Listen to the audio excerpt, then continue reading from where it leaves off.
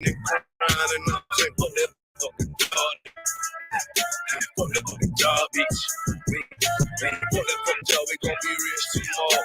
Fuck that fucking job, it ain't no more flying. Fuck that fucking job, bitch, I done had enough. Fuck that fucking job, I'm watching everybody work. Fuck that fucking job, that little pay by the hour. Yeah, fuck that fucking job, my back hurting and I'm hungry. Yeah, fuck that fucking job, nigga, on so. Yeah, call the 22, get this money, go home. Yeah, all these people so, all these bitches, they messy. First day I came in, I bossed up on the bosses. And they promise nigga this, promise nigga that. Want my ass to work and bring that paper back. Sharp, where you been? I been taking the shit. Knowing damn well that I don't fucking sleep. Fuck that fucking job, we gon' be rich tomorrow. Fuck that fucking job, it ain't no more climb. Fuck that fucking job, boy, I'm sick and I'm tired. Fuck that fucking job, all that bitchin' and crying. And I'm saying, fuck that fucking job, nigga. Fuck that fucking job, bitch. Fuck that fucking job, we gon' be rich tomorrow. Fuck that fucking job, it ain't no more flying. Fuck that fucking job, me and bro, we just posted. Look him in the eye, shake my head disappointed. We gotta visualize, summarize, this is cute. All these people drop like fly, why the fuck we still here? Man, fuck that fucking job, when I pull up, I hate it. Yeah, fuck that fucking job, that's on all of their faces. Fuck that fucking job, man, I'm already lit. Man, I hear one thing, boy, you bound to get hit. Man, these bills cross a nigga's brain. Man, that's how you keep the nigga down the slave. Damn, the money supposed to be a tool. Man, for a purpose, what's your purpose for? Fuck that fucking job, we gon' be rich tomorrow. Fuck that fucking job, it ain't no more climb. Fuck that fucking job, boy, I'm sick and I'm tired. Fuck that fucking job, all that bitchin' and crying. And I'm saying, fuck that fucking job, nigga. Fuck that fucking job, bitch. Fuck that fucking job, we gon' be rich tomorrow. Fuck that fucking job, it ain't no more climb. I'm sick of that shit, I know you sick of it too, man. Money supposed to be a tool, but no, it's a purpose though. It's supposed to benefit a purpose. Shout out Boom Man now.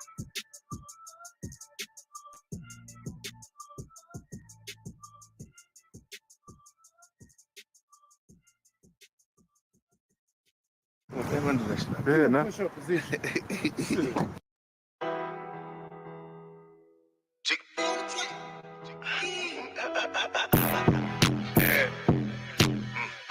Yo, this be actually really hard.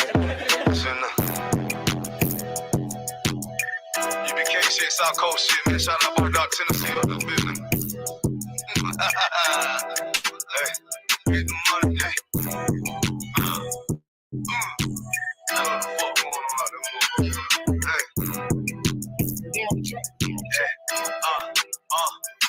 Hey, get the money, nigga.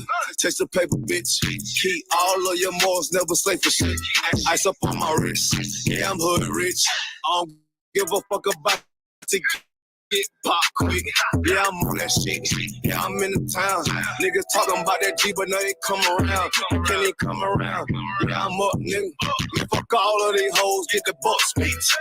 I'm a young rich nigga, I ain't tryna flex. You can tell I'm cold by the ice around my neck. Straight up BBS, I charge you, boy, you wanna test.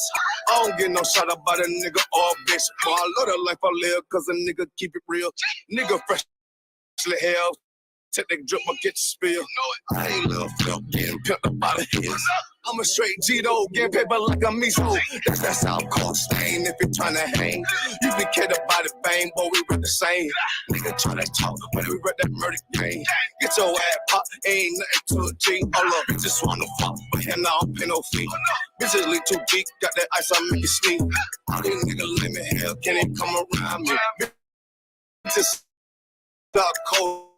South Carolina, it's a style in you. Really, no demons get control me, no more sucker free. For real, this body, and bitch, we care what we care. Back around on nigga ass, don't even need a weapon. And y'all be represented, and y'all be very respected. And if you got a problem, then y'all better address it. You cross that line, we shit on no mercy. Cross that line, you ain't gon' need search. You pull up in that, you know, you making no move, you ain't got no purse.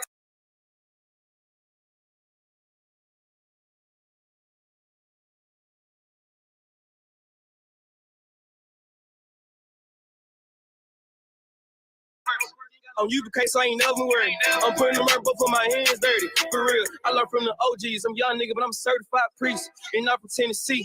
In this mandatory that I gotta keep my heat. You should play it safe. And we gon' keep.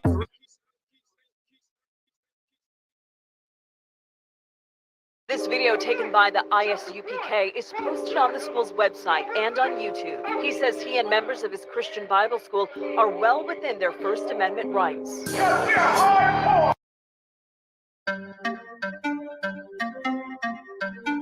Yay-Z, you know the chop. Ayazahab. Badness no sir. Let me tell you how the badness steer. Hope you bad fly when the clock display. Tell a boy say no try box this face. Back switch face. You know how your blood clot casket steer boy. You must see one back this prayer. When the map stick raise that big straight. You shot misplace. The key them in your head stop misbehav. Crack his face. The key never tell us so we lock this place. Which locksmith anyway watch this place. War with them bunny like plastic plate. Hey. We don't play around. When you see the UPK around, we bring the fucking AK around. AR-15s and AR rounds. We don't play around. When you see the UPK around, we bring the fucking AK around. AR-15s and AR rounds. We not take drape up. We not take beat up. We not stay up. And when the next day come, we not change up. Man, I ask them brothers, them wake up. AK bus boy, head top shake up. So tell a pussy world don't violate us. No care where you status, where you take up. Every man a killer till me for dead face you straight up. Great stuff. One Westling bigger than NATO. Man we bust it to NATO. Only man we afraid that are the creator, the maker. Hey, we don't play around. When you see the UPK around, we bring the fucking AK around. AR-15s and AR rounds. We don't play around. When you see the UPK around, we bring the fucking AK around. AR-15 and AR rounds. AR-15s and AR rounds. AR-15s and let me tell you how the badness steer. Hope you bad fly when the clock display. Tell a boy say no try box this face. Back switch face. You know how your blood clot gasket steer boy. You must see one Baptist prayer. When the map stick raise that lick straight. Shot misplaced. The teeth them in your head stop misbehave. Crack his face. The key never tell us so we lock this place. Which locksmith anyway watch this space. War with them bunny like plastic plate. We don't play around. When you see the UPK around, we bring the fucking AK around. AR-15s and AR rounds. Yeah, yeah, yeah, yeah. Yeah, yeah.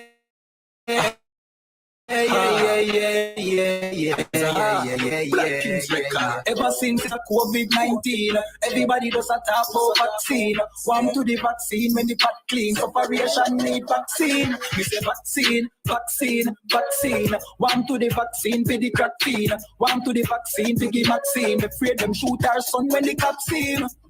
Hey, when the vaccine, one to the vaccine when the pot clean, one to the vaccine from the crime scene. We take it to youth fall up like napkin. We need a vaccine at the ghetto car. Our struggles are no similes and no metaphor. If we get to youth dream, if we get a car, buy a house, try make it out, enough no get so far. Enough no live so long, we get vaccine. Get up people no want to know vaccine. If it's not a vaccine, so we start cream and can live a better life and stop dream. For the youth them way in a jailhouse, we still no get charged, can't get no bail. We say vaccine, but for me couldn't see road quarantine. Now we want to know vaccine, vaccine, vaccine. One to the vaccine for the crack fiend. One to the vaccine for the vaccine. We afraid them shoot our son when the cap seen.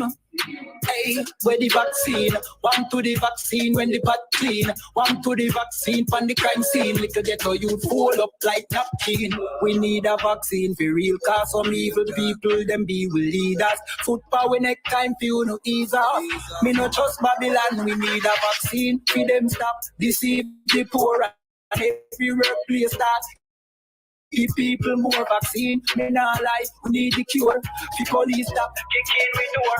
We need a vaccine fi bust the aisle mill, fi cut the piping. Look how long I'll price drop. But JPS I give you some fuckery like the whole out no fit. Well, yeah.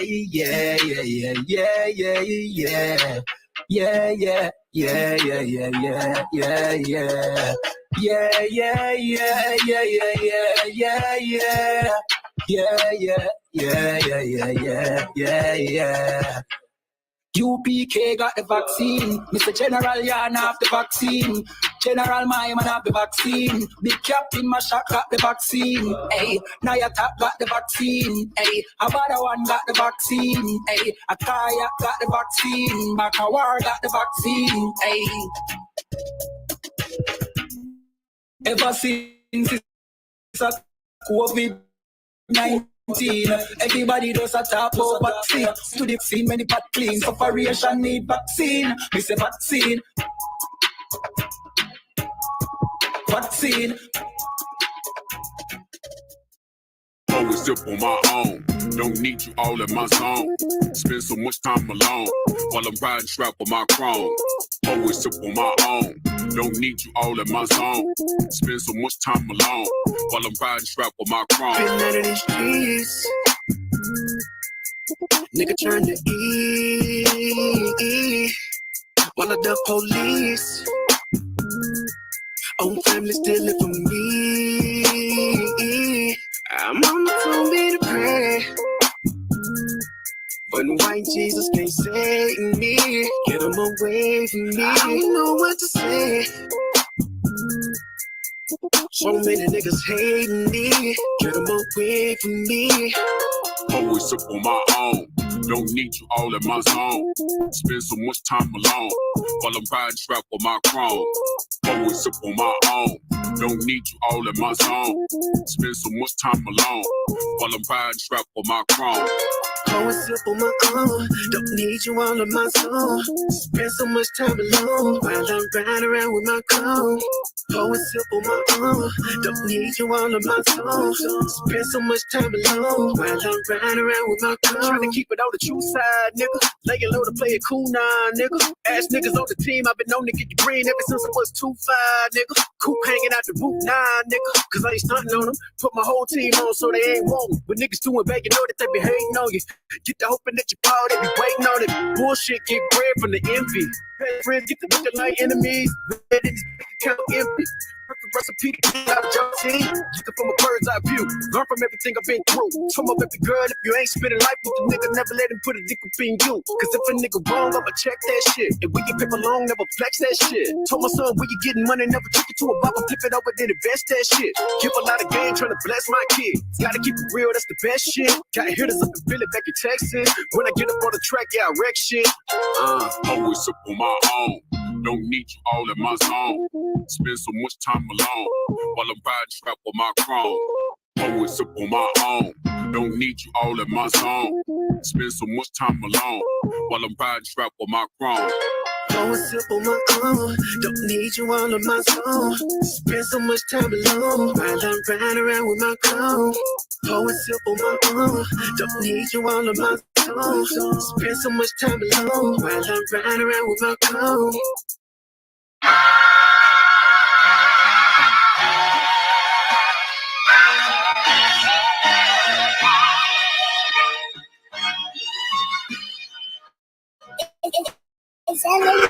Cops want to kill me cause I'm black. Ops want to drill me cause I'm black. Can't get no job cause I'm black. She want to fuck me cause I'm black. My dad don't like me cause I'm black. But she Hispanic so she black. Ain't got no time for none of that. Bitch, I'm a Jude, so I'm black. Cops want to kill me cause I'm black. Ops want to drill me cause I'm black.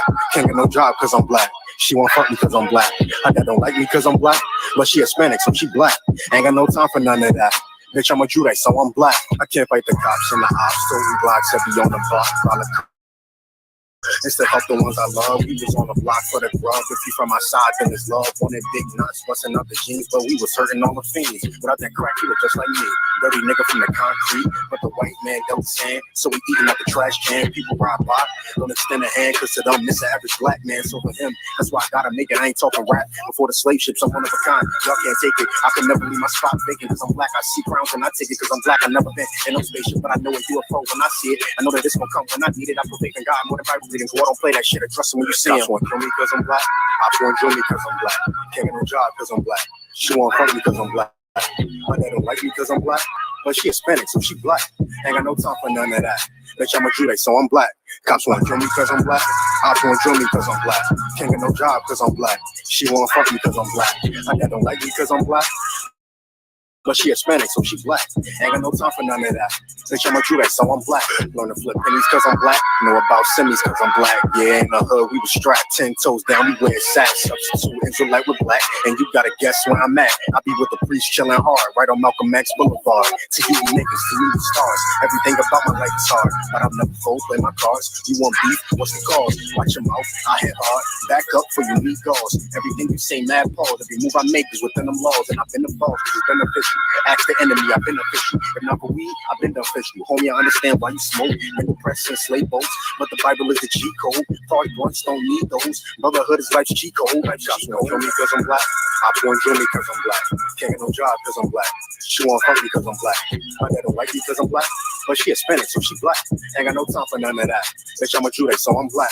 Cops won't drill me cause I'm black. Cops won't drill me cause I'm black. Can't get no job cause I'm black. She won't fuck me cause I'm black. My dad don't like me cause I'm black. But she Hispanic, so she black. Ain't got no time for none of that. Bitch, I'm a Jude, so I'm black. I don't got I black J's cause I'm black. I don't play 2K just cause I'm black. Fuck my whole life cause I'm black. But I left as I'm black. Ain't got a trap cause I'm black. Ain't got not one face tat. But I'm still getting profile, cause I think these crackers profile. Scruffy there with the drop stand, baggy sweats with the butter Timbs, so they know they can't butter him, so they rather jail sound Muslim. If you touching him, ain't you comforting him, I'm a law keeper, a peace bringer, no tranquility, a peace bringer. Deuce to the street sweeper, covers flip, I be spicy shit. But guns I would die in the icy wrist, that showed in my chest and for blocking shit. Touch me, I'm all on you blocking shit, cause I'm black, you think I gotta cock the flip, well that's a stereotype, that's accurate, cause crackers laying niggas in these cold streets and then tell my brother he got a beef for me. Cops won't kill me cause I'm black, cops won't drill me cause I'm black. Can't get no job cause I'm black. She won't fuck me cause I'm black. Because I'm black, but she Hispanic, so she black. Ain't got no time for none of that. Bitch, I'm a Jude, so I'm black. Cops won't kill me cause I'm black. Ops won't drill me cause I'm black. Can't get no job cause I'm black. She won't fuck me cause I'm black. My dad don't like me cause I'm black. But she Hispanic, so she black. Ain't got no time for none of that. Bitch, I'm a Jude, so I'm black. So I'm black.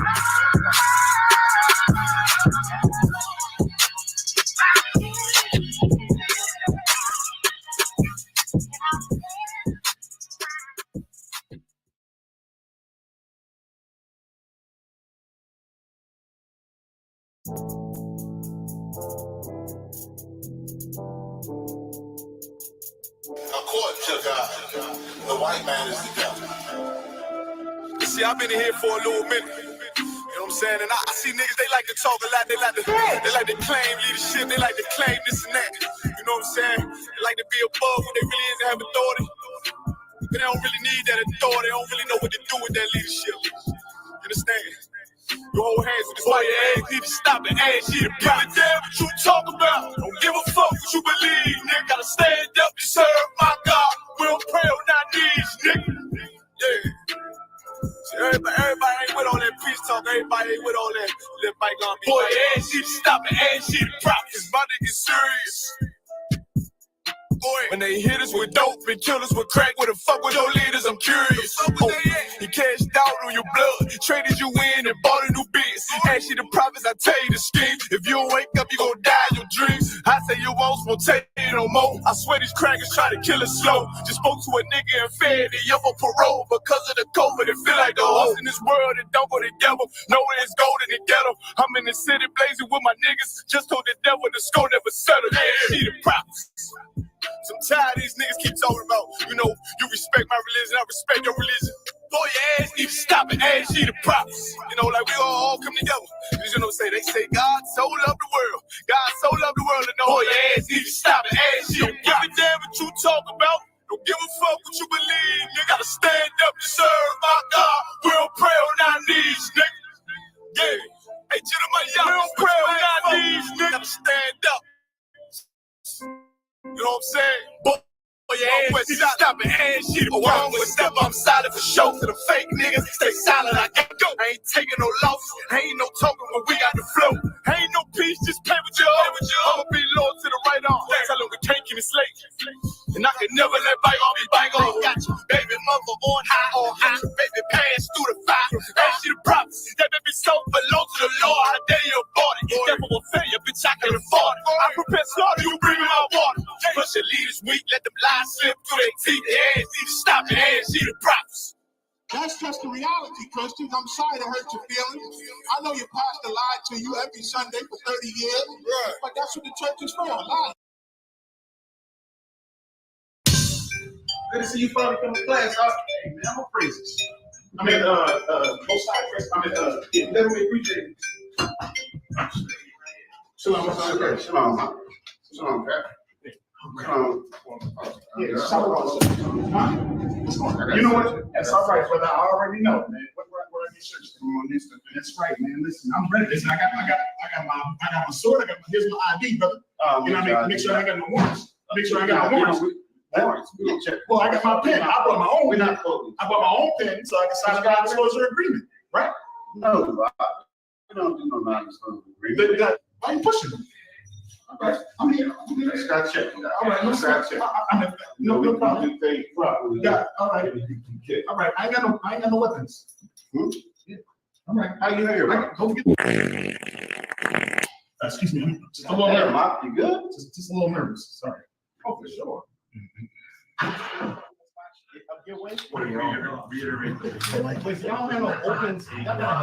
They did some shit like, okay, it ended up being like a like where the shit came. Alo up on ya, Barack.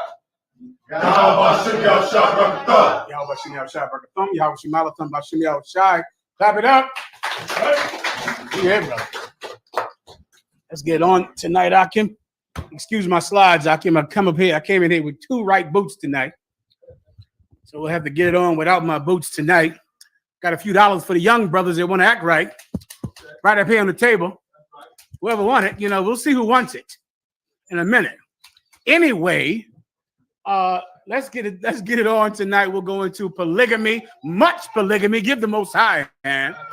Give polygamy a hand. Polygamy is the unsung hero of this nation. Unsung, uncelebrated hero of this nation. A practice that without which we wouldn't have a nation. We wouldn't have brothers. We wouldn't have sisters. We wouldn't have a family without polygamy. It is the unsung hero of this family. Give it a hand. And not only that, but many good women, beautiful women, would have no husband without polygamy. Give it a hand again. Sisters, the officer is going to get these lights together so you can see, all right? He'll move them around, do his thing with them, all right?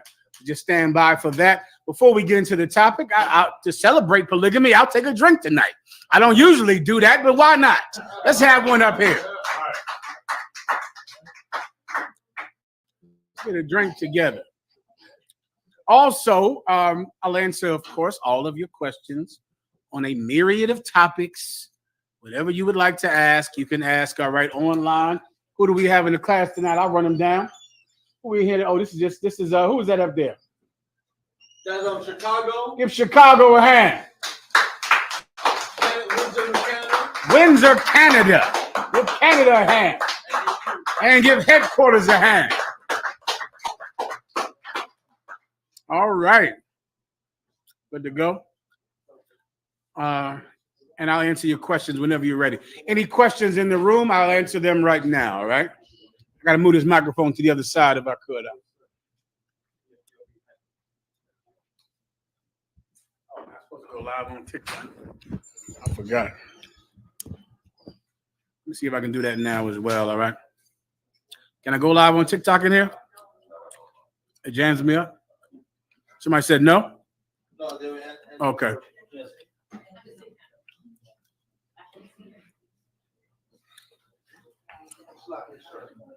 Wait. No, please, just in the back if it's all right. Hand me a napkin as well, please, if you don't mind.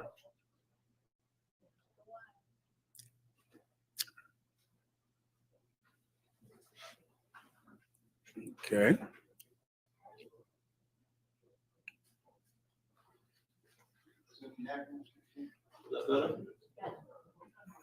The sister right there can't see, can she? What about that chair? Try that. Does that help? That jam still. How about you in the back, sis? Can you see? We good to go from here? If not, let me know, all right? Asher will straighten it out for you. All right. Any questions online from Canada or Chicago? Go ahead. Yes, sir. I got a question in Zechariah 3:1. Mm-hmm. I wanted to know if when it mentions Joshua here, if it's talking about Yahushua. Okay, go ahead. It says Zechariah 3:1. And he showed me Joshua, the high priest, standing before the angel of the Lord, and Satan standing at his right hand to resist him. Okay. Verse 2, sir? You got to read it one more time. I missed it. Sir. You got another cup. You got a cup like this you can give me? No, this is water? Tonic water. I need that and with some ice in it too, please. No problem. Go ahead, read it again. You asking me, is this Yahushua? Sir. Where are we reading from? We're reading Zechariah chapter 3, verse 1. Okay, go ahead. And he showed me Joshua, the high priest, standing before the angel of the Lord, and Satan standing at his right hand to resist him. Okay, I don't believe this is speaking about Yahushua Christ. I could double check, but I'm almost positive. Is there something else in here that makes you think it might be speaking about Yahushua? It said Satan standing at the right hand side to resist him. I thought, because usually,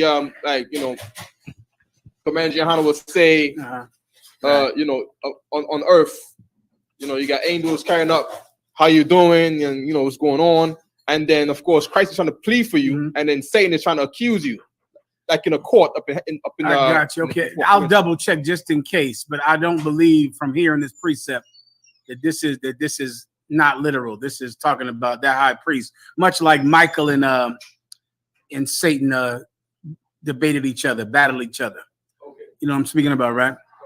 So, but to my memory, this is not speaking about Yahushua Christ. But I'll double check, but I'm pretty sure, all right? Anything else? Any other questions? Questions in the room? Counselor, there's a question in the private chat. Chicago has a question, sir. Chi-Town, you're up.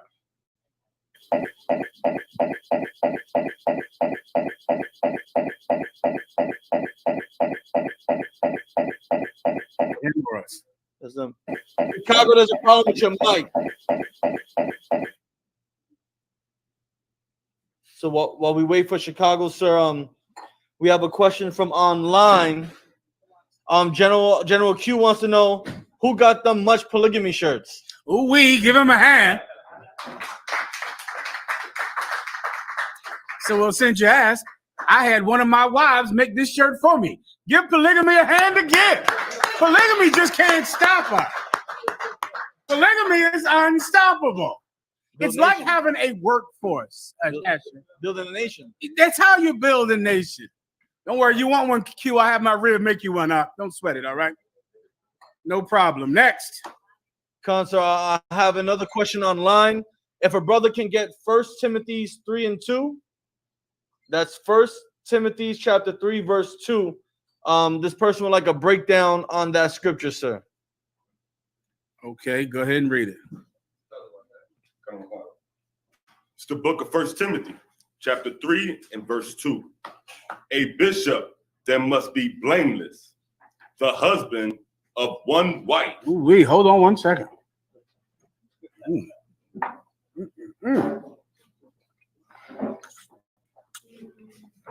Who asked the question? Some person named Israel. This is from the IUIC, this person. Right. Israelite person. That's his name online. Israelite person. Let me see the guard 1 second. Where's the other one? One is missing already. Coriola, get it to the young brother right up front. Give him a hand. You know what he's doing. He's sitting down, hands folded. Well done, warrior. That's just the beginning. That we just getting started. All right. So now, okay, to the person that is to the IUIC member who asked the question in the chat room, right? Read it one more time. The book of 1 Timothy, chapter 3, verse 2. Uh-huh. A bishop then must be blameless. A bishop. So what is a bishop? When you look up bishop in your Bible dictionary, the word translates to master in English. Master, right? Anyone can just look it up in your Bible dictionary. So a bishop must be the husband of one wife. Does it say he could be the husband of one wife? Does it say it's a suggestion to be the husband of one wife? No, it says he must be the husband of one wife. You need that, purple man, purple pig in the IU in the chat room. He must be the husband of one wife. Go ahead. Vigilant. This is going on to all the different, aspects of his virtuous personality that he has to have. But he must be the husband of one wife. Go ahead. Sober. No, skip down now to the deacons. Go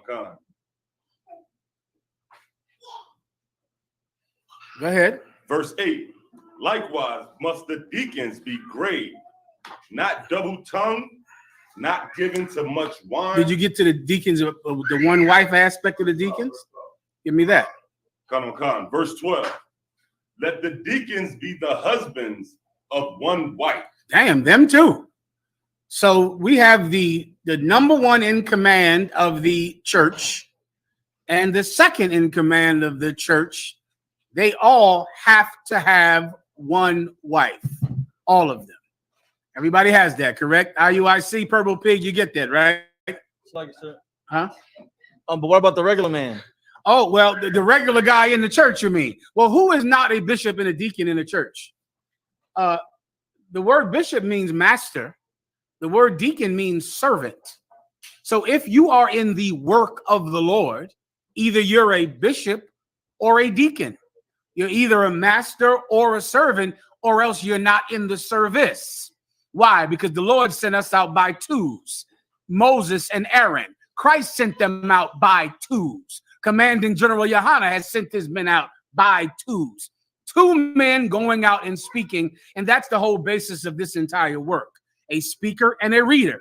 What the church is called a bishop and a deacon. Of course, side note, we never used that term in the Israelite School of UPK because over the years, the term has become synonymous with child molesting Christians, which is why we would never use that term. The IUIC specifically uses the term of deacon and bishop because they are a LGBT run church and they do everything that the Christian church does. I'm going into that later in 1 second. We would never use that term, even though the term is in the Bible. Why? Because over the years, the term has become synonymous with weak pedophiles in church. So in the UPK, we raise up officers, captains, and generals. Right. Why? To make sure that there is a masculine tone on our rank system. To make sure that it sounds masculine. The men who have the rank are fully masculinated by the name, so they know they're required to be men, not bishops and deacons and choir members. Everyone understands. But now I'm using the term because the term is in the Bible. The translation is master and servant.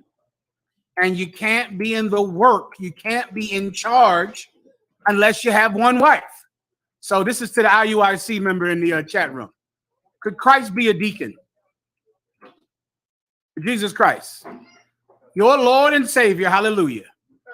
Could he be a bishop in your church? Let the purple pig answer. I'll give you 1 second. Paul, could he be a bishop in the church? Would it be possible for him to be a bishop? Would it be possible for our King Jesus Christ to even lead a church, to even lead a school? Would it be possible? Let the pig answer the question. Give him 1 second.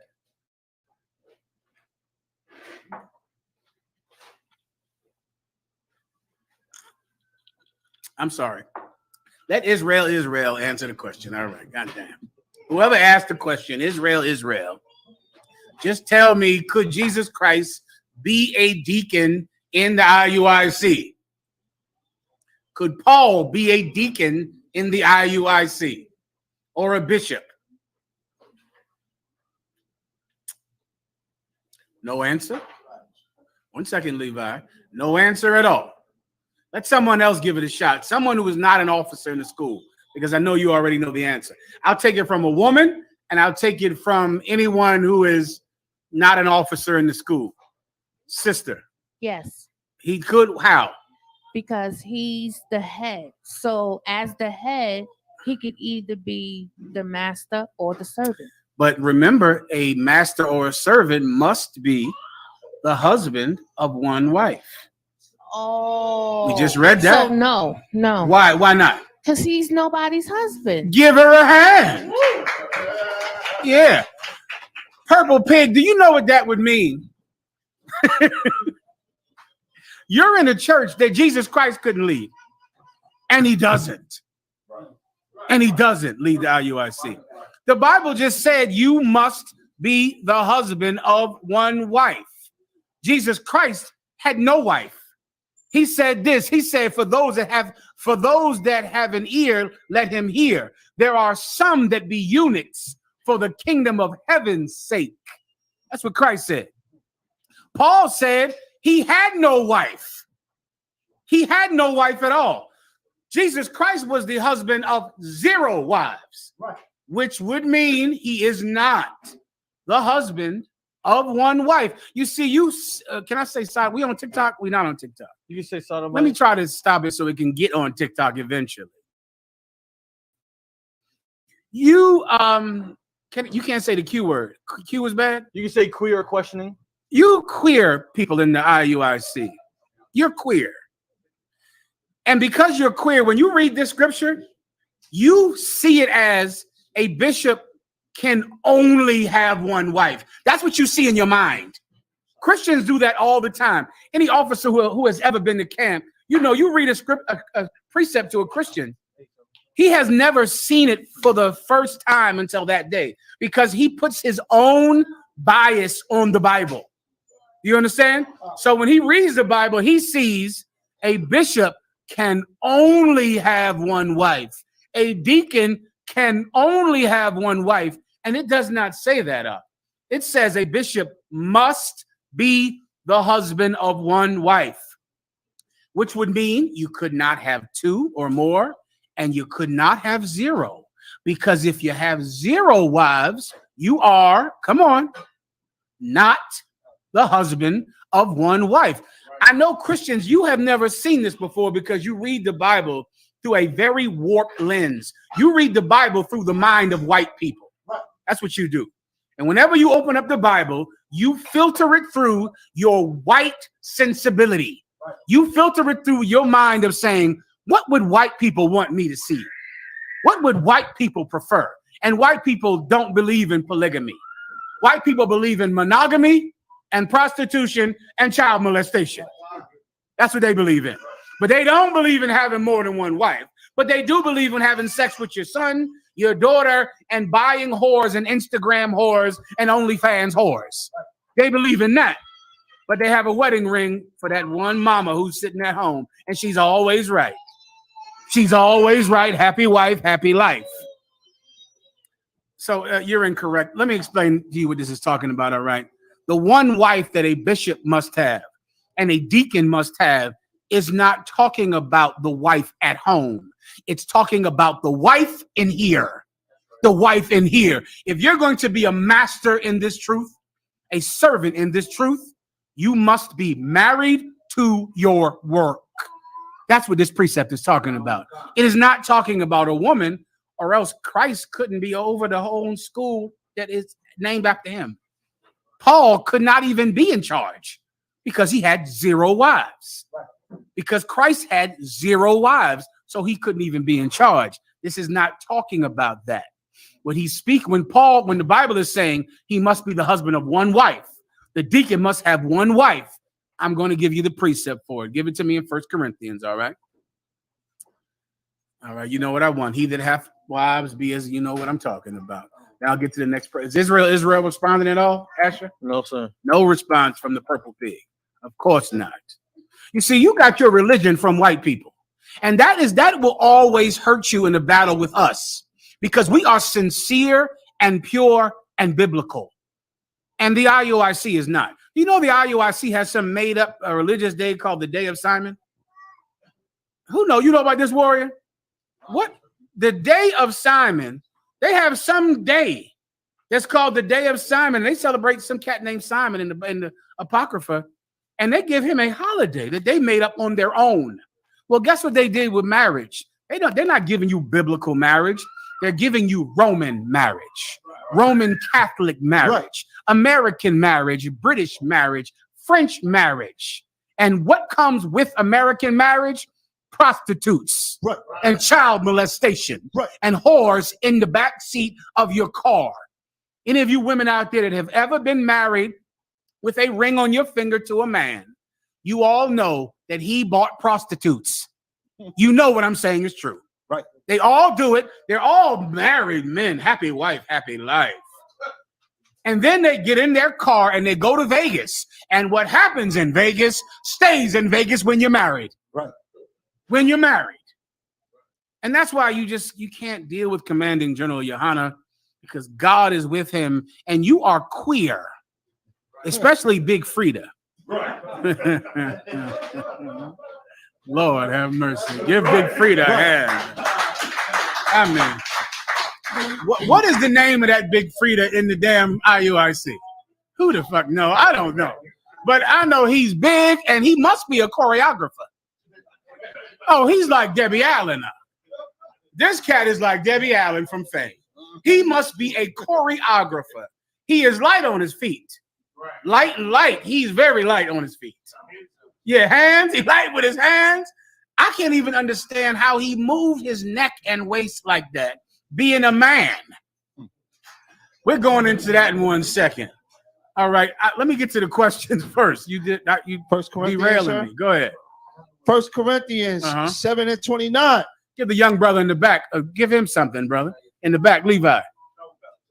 The young brother in the back. He's sitting there, sitting down. Give him one. Give him a hand. All right, that's just the start.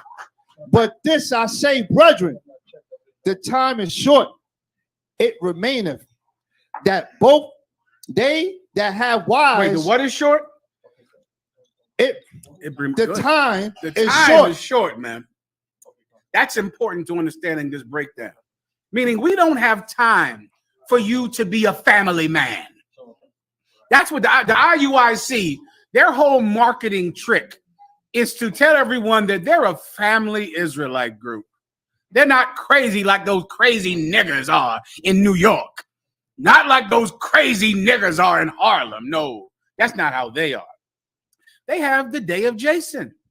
And they play games. Oh, where is this video at? I forgot to send you, Asher, when they said they play games on these evil holidays. They all meet up together. Can I find it? I have to give you one video. Bear with me 1 second, because this video is disgusting. About the IUIC. It slipped my mind. Stand by. No. Stand by. Oh, am I even going to have this video? No. Yeah. Get your questions on deck, Akim and Akwathian. All right. Let me try to find this. Did I even save it?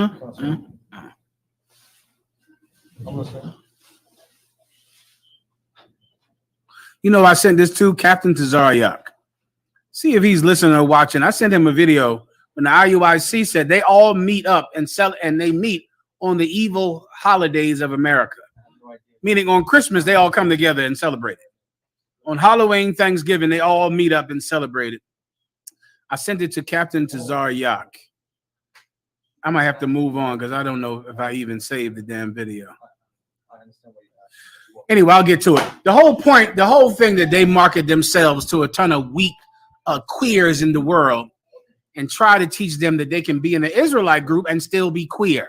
And how do they do that? By marketing themselves as family men, as good family men. They just want to play games. They want to have a dance battle. They love their dance battles. They just want to have fellowship and friendship, and the kids are playing and laughing.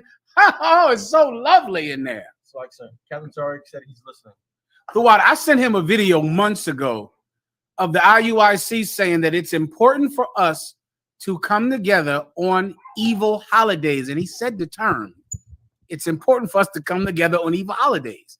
And then he's showing all the kids playing on an evil holiday. It gave me a headache. I try to understand how he could think that that is not celebrating. Hold on one second. Shalom, everything all right? Everything all right?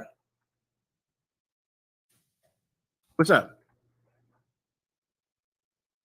Rocket the Yahweh, why Yahweh shy? All right, I'll call you back after we're done. Shalom. That's my son. He went there and got his sister's phone number today. Give him a hand. Call me about it. Much polygamy. He ain't got a sister's number. You see that? That polygamy, it just don't stop. You know where he come from. And I'm polygamying on another level. I'm polygamying in the Spider-Verse. I'm doing polygamy in the multiverse of madness. My polygamy is like this here. It is in the multiverse of madness, my polygamy. Get a young man my other hand. Right. He knows what he's doing. All right. All right. 1 Corinthians please. 7:29. Go ahead. But this I say, brethren, the time is short. It remaineth that both they that have wives be as though they had none. Listen, we don't have time for you to be Bill effing Cosby. For you to be a family man. I'm with my family. We're playing and we're having games all weekend. We're celebrating the day of Jason. And who has time for that? We're not family men in the UPK. We're not. That's not who we are at all. You want a family man? Give him your daughter and your son to have sex with. Those are your family men. Your child molesters. Your what's those coaches that molest everybody's kids? All coaches. Any coach USA. Molesting those are Catholic priests. Boys, thank you. The Boy Scout leaders. Oh, that's a family organization, isn't it, Levi? They believe in the family. They'll take your son out for a camping trip. Right. He'll come back sore. They're big, the Boy Scouts of America. Oh, they're just so family oriented. The Boy Scouts are just like the IUIC. They have a front of having a family nature when really they are predators. They are wolves in sheep's purple clothing. That's it. Just like the Boy Scouts, Catholic priests, or your random sports coach that molested Mike Tyson, who was molested by a boxing coach, Sugar Ray Leonard, who was molested by a boxing coach. Every athlete you've ever heard of has been molested by this family helper, this person who came into their life to be a male role model in their life, to be someone that their mother could trust. Every last one of them is having sex with your son and your daughter, but they're family men. In the UPK, we're not family men, and we don't rape your children either. We don't murder women either. And we're not family men, we're warriors. And we come in here to risk our lives and to willingly put our lives on the line. We do not have time for you to build some family. If you want to do that, go to the Boy Scouts. They'll do it with you. In here, we want your warfare in here. Why? Because the time is short. Because we just don't have time. Come on, up front. Shalakia, sir. It just came out that Gabriel Union just told on Dwayne Wade how he has like basketball camp and the boys are butt naked. Yeah, who's surprised? No one in here, right? Not a soul in the UPK. But Dwayne Wade, he loves his son. He's a better family man than me. If my son came out as gay, I'd have one less son. That would be that. I would just never call him, never talk to him again, walk by him if I saw him in the supermarket. That would be that. I would have no son. Right. So clearly Dwayne Wade is a better father than me. Or is he? Or is he? Well, that's the IUIC. You know, a ton of fake fatherly, you know, type of cats who are just going to kill your daughter. That's all they're going to do, and rape your child. That's all they're going to do. We don't have time for you to be a family man in here. Right. Keep going. 30. 1 Corinthians 7 and 30. And they that weep. No, read above it. That part I need. That part you skipped over. Right Salakia, sir. But this I say, brethren, the time is short. It remaineth that they have wives. Both they that have what? Wives. Wives with an S. W-I-V-E-S. Please. But he wanted to spell it because he needed to. Because they that have wives, not they that have a wife, but they that have wives. Be as though they had none. Be as what? Had none. Be as though what? They had none. Be as though they had none. What does that mean? If you have one wife or 10, in here you have none because you are married to your work. Right. Those are the wives that we're speaking about in Timothy with the deacon and the bishop. You can only have one of those up.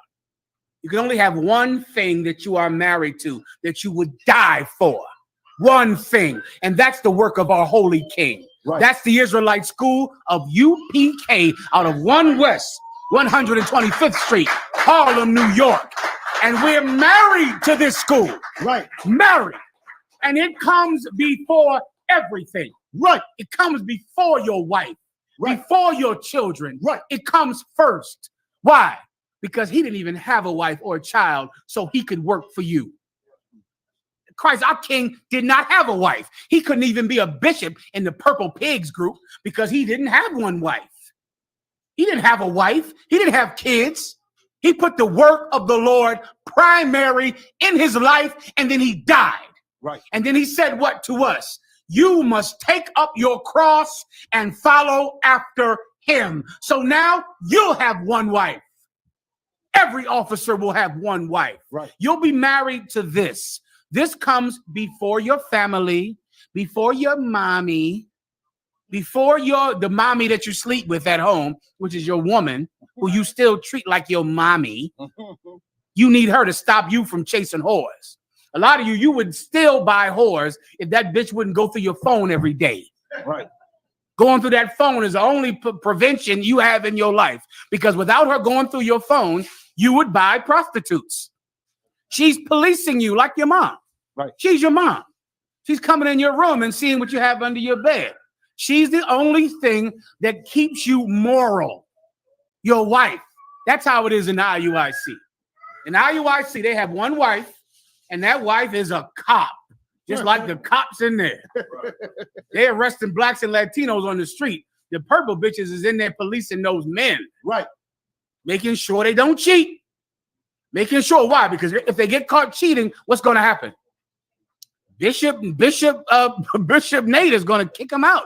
The IUIC, so they can't ever commit adultery. They can't ever cheat. And so they're getting policed constantly. How do I know? Because they called my phone. This is one purple bishop in there with glasses, the one that said, I snitch. His wife right now is all angry at him because he got caught cheating on her. Now, ask me how I know. Don't ask. Don't ask. Keep going. Verse 30. 1 second. That's all I need.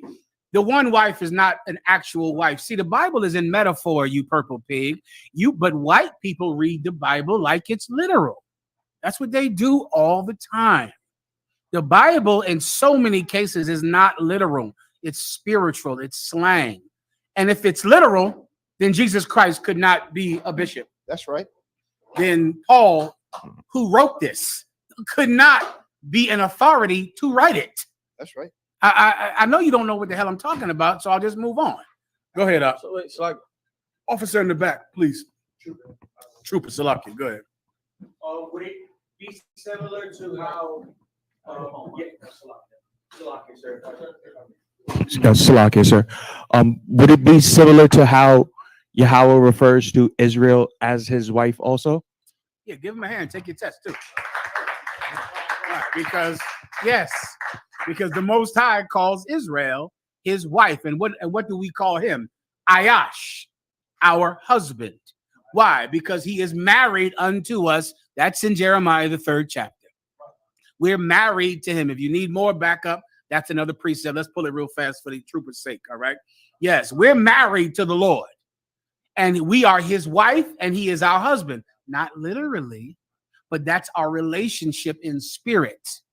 Well, you have to be married to this school, or else you're not worthy of the man who founded it, because he forewent a family. You understand? There be some that are eunuchs for the kingdom of heaven's sake. He went without it, and he had every desire that you have, every last one. That's in the Bible as well. But he didn't have a wife. And here you are. You're blessed to have a wife. And what do you put her before the school? Put her before going to camp? You know what your wife is going to think about you if you do that? Your wife is going to know you're a punk. And brothers, that's another class that I'll get into one day. Don't make your wife think you're a punk, because once that happens, it is extremely difficult for her to ever honor you again. If your wife knows that you compromise what you believe is right according to God for her, you're going to have a hard time making her think you're not a punk. And once she thinks you're a punk, it is extremely difficult to change her mind about it. It's extremely difficult. Who does that? You brothers that are alcoholics. When your wife looks at you, she thinks you're a pussy. She thinks you are weak. She sees you. I never knew my daddy. My mama, you think I want to be like this? She looks at you like, I got to be with it. I got to let him get on top of me and act like I like it. Listen, women, IUIC, close your ears. Women like masculine men. Right. And I know you don't know this in the IUIC. Your wives know this though, and your sisters. Women like us. They like us out all the way. They like us. I pray you understand that. They like us. Why? Because we're not punks. Because we don't put them first. They like that. That a woman does not want for her to be the entire pursuit of your life, and you compromise God for her. She doesn't feel safe around you. All right. And it's integral within a woman's mind for her to feel safe because she's with you. But if she knows that you will not go to camp for her, you will switch Israelite groups for her, you will choose a God that she approves of, she will never feel safe with you. And that, of course, will make her call our phone day and night for us to make her strong enough to stay with you. She'll need us to do it. And we'll say, well, sister, you married him, you know. That's who you married. You're purple now. You got to just be purple. Okay, and that's what we tell them when they call. And this is not only me. They call a lot of captains in the school. And we tell them to stay with their man, to stay with him. You don't have to be purple. You don't have to join that filth in there, but you can't leave him and you can't commit adultery, right? Even though your husband is weak. And if you are in the IUIC, you are weak. You chose that group because its weakness attracted you. Cesare, you have that video for me? Oh, listen, put it up there, please, real fast. See me one more time, Warrior. It's too late for this coffee. I'm in it now. I needed that earlier. Now I got this. Yeah. It's too late for that. The time is short. It's all right. I'll get it next time. No sweat. I'll take it home with me or something like that. Let me know. All right, go ahead. Ready, sir? Go ahead, please. Because this gives me a headache on trying to understand it. Okay, go ahead and play it. Hey, Shalom, Most High Christ bless. Soldier Shamgar here, IUIC Phoenix. It's important for us to congregate on these wicked hella days. We got a place for the people to come home. Okay, help me now. IUIC in the chat room, help me out now. Come on, IUIC in the chat room, talk to me. Damn, stop being punks. Stop being scared. Talk. He said, this is Officer Shamgar IUIC of the IUIC Phoenix. It's important for us to congregate on these evil holidays. That I don't understand that what the hell that means. He said it's important for us to congregate on these evil holidays. Now, come on now, put that in the box. It's important for us to congregate on an evil day. I'm gonna go again. It's important for us to congregate on an evil holiday. Play it again. Hey, shalom, most high Christ bless. Soldier Shamgar here, IUIC Phoenix. It's important for us to congregate on these wicked holidays. We got a place for the people to come home. Word wicked. Pause. It's important for us to congregate on these wicked holidays. Help me, IUIC. Come on in the chat room. I just want to understand you. I don't understand people outside the school, and it's been my effort of my life to try to understand you, even though I don't talk to you, and I know that's a handicap. But I'm trying to get it now. Lord, forgive me. I tell you, brothers, I was in Florida one time. I'm in Florida rocking my shield in Florida. And some cat came up to me. I was with one of my ribs, I think 2 or 3 of them, right? And I'm with them, and some cat saw my shield, and he said, "Hey, you Israelite?" I said, "Yeah." He said, "You on the East Coast?" I said, "Yeah." He said, "What city you in?" I said, "Philly." I said, "That's where I'm from, Philly. I go back and forth from Philly and New York." He said, "Oh." He said, "Yo, you on the East Coast? You in Philly, New York? You got to go to this place in Upper Darby. You got to go there. And listen, they got another branch somewhere in Harlem. Man, you got to go there." He said, "They got curtains on the windows." I said, "Really?" He said, "I'm telling you, man. I'm telling you, if you're an Israelite on the East Coast," I wish I was from the East Coast. I'm from Florida. But you got to go there, man. I was traveling one time, and I saw them. They got curtains on the windows. They in Upper Darby, and they in Harlem. You got to go there, man. I'm telling you. I said, "Listen, man, I'm going to do that." And I just walked away. And my ribs looked at me like, "This nigga don't never want to talk to nobody. Ever." I wish I could stop being that way, but I know that I won't. Right? So because I'm never going to talk to you, I can do it in class. Why is it important for you to congregate on a wicked day? Why? How could it be important for you to come together and congregate? So the more wicked the day, the more you celebrate. Help me. You understand this, sister? Break it down to me. She knows. Go ahead. Break this down. I had the same problem. Really? Yes. Go ahead. What it is that the other people win. So they know you're Israelite. They know you don't celebrate holidays. But they do. So they want to please them. You know what? I think she's right. And give her a hand again. I think that's it. That's what makes sense in that you know the holiday is wicked and evil, but you also know that your wife likes it, doesn't she? Your wife really likes Christmas. And the children, you got to do it for the kids, really. The kids love Christmas and Halloween and Thanksgiving. So even though you know it's evil, you know your wife likes it and the kids like it. So it's important that you congregate on a wicked holiday. Keep playing it. Play it from the top. I'm letting it play through to the end this time. Go ahead. Hey, shalom, most high Christ bless.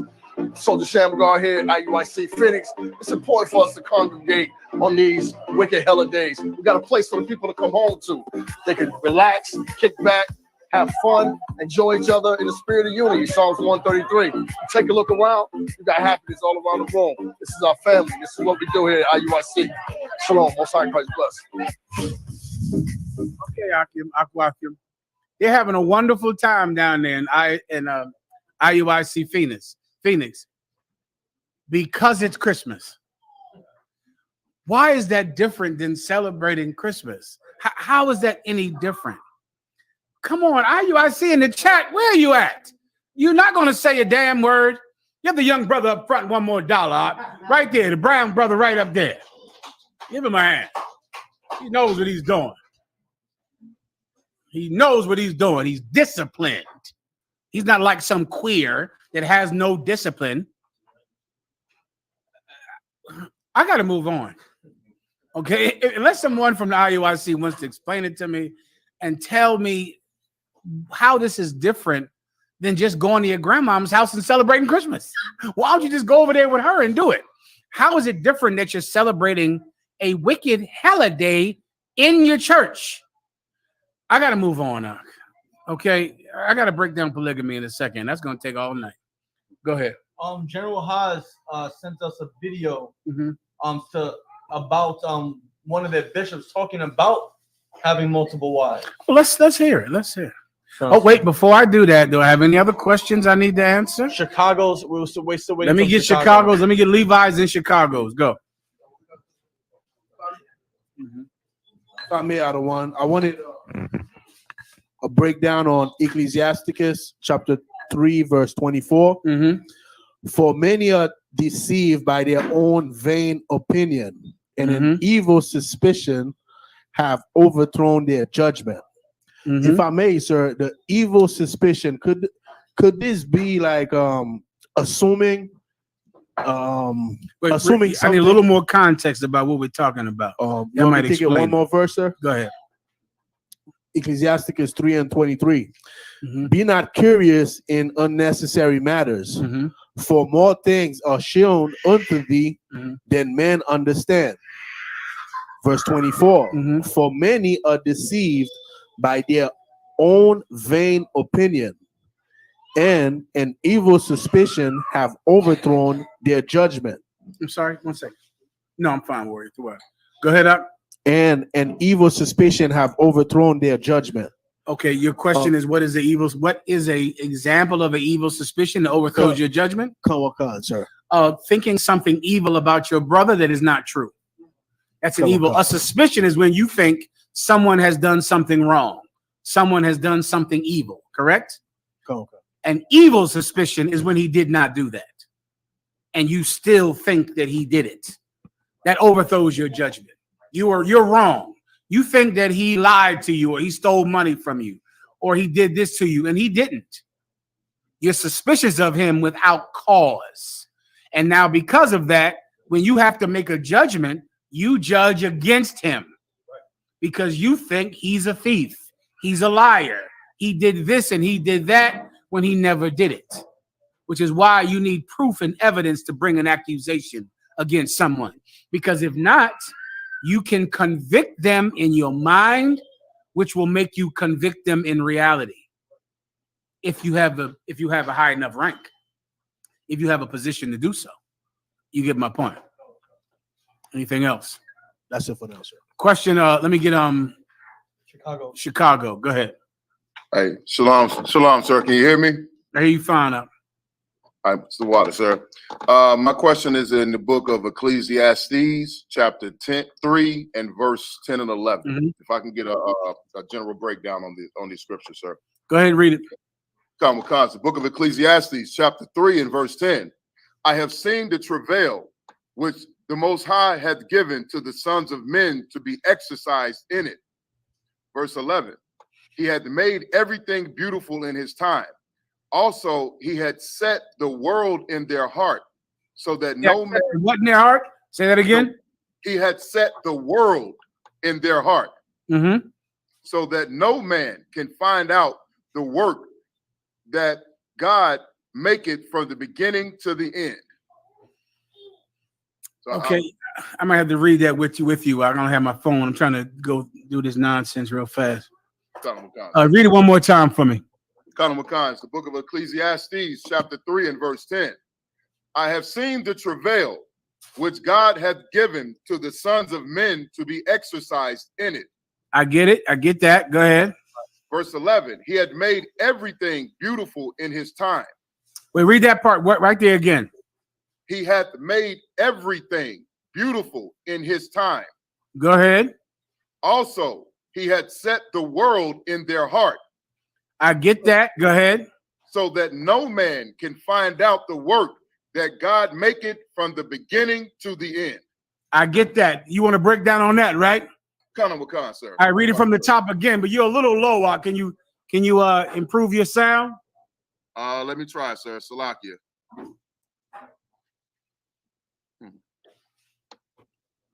Gotta switch my microphone over. Get one moment, sir. I think Asher is fixing it for you right now. Okay, Wakan. All right, go ahead. Is it better, sir? That's better. Go ahead, Ak. All right, Wakan. The book of Ecclesiastes, chapter 3 and verse 10.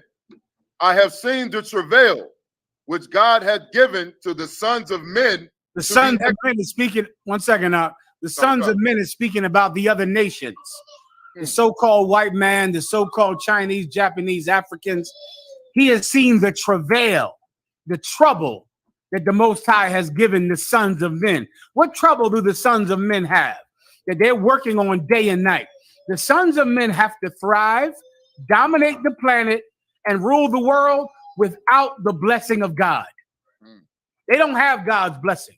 So if the food is going to grow, they're going to have to go to the top scientists to make those crops grow. They're going to need Monsanto's, this bug killer, that bug killer, genetics. They're going to need to work so hard to just make food grow. Why? Because God is against them. God is not going to bless their crops. God is not going to bless their land. So to have success, they're going to need to work 10 times as hard because God will not help them. You understand that? Wakan, sir. You need that to understand the rest. Go ahead. Wakan, to be exercised in it. To be exercised in it, meaning for them to be able to work and to dominate the planet, to rule the world. My God, they better get smart. They better achieve. They better stay up day and night. They better build this and build that and build rockets. They better work because the Most High will never bless them. A white man's life is constantly trying to succeed in the face of God's rejection, just like he did with Jacob and Esau. Hold your point. The Most High chose Jacob and rejected Esau. So what was Esau blessed with? Esau was blessed with the sword, the sword. Esau had to kill his way into dominance. But meanwhile, who was Jacob? Jacob was a plain man who liked to dwell in tents. Jacob wasn't some killer. He wasn't some murderer.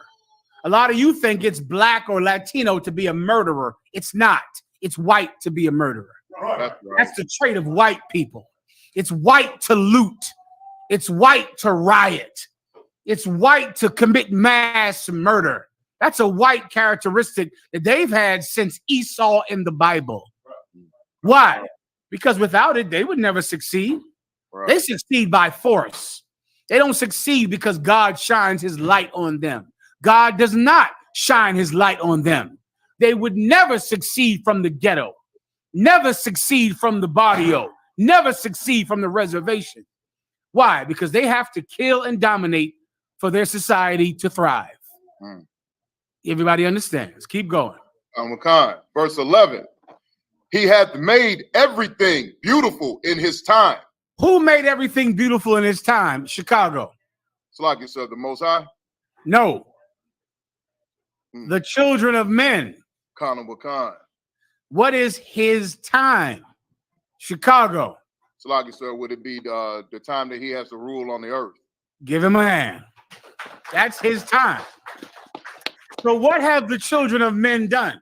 When I say the children of men, I mean the other nations. Who are we? Blacks and Latinos, so-called North American Indians. God damn, I left something in the room back here. Do me a favor, Levi. It's like some laminated cards.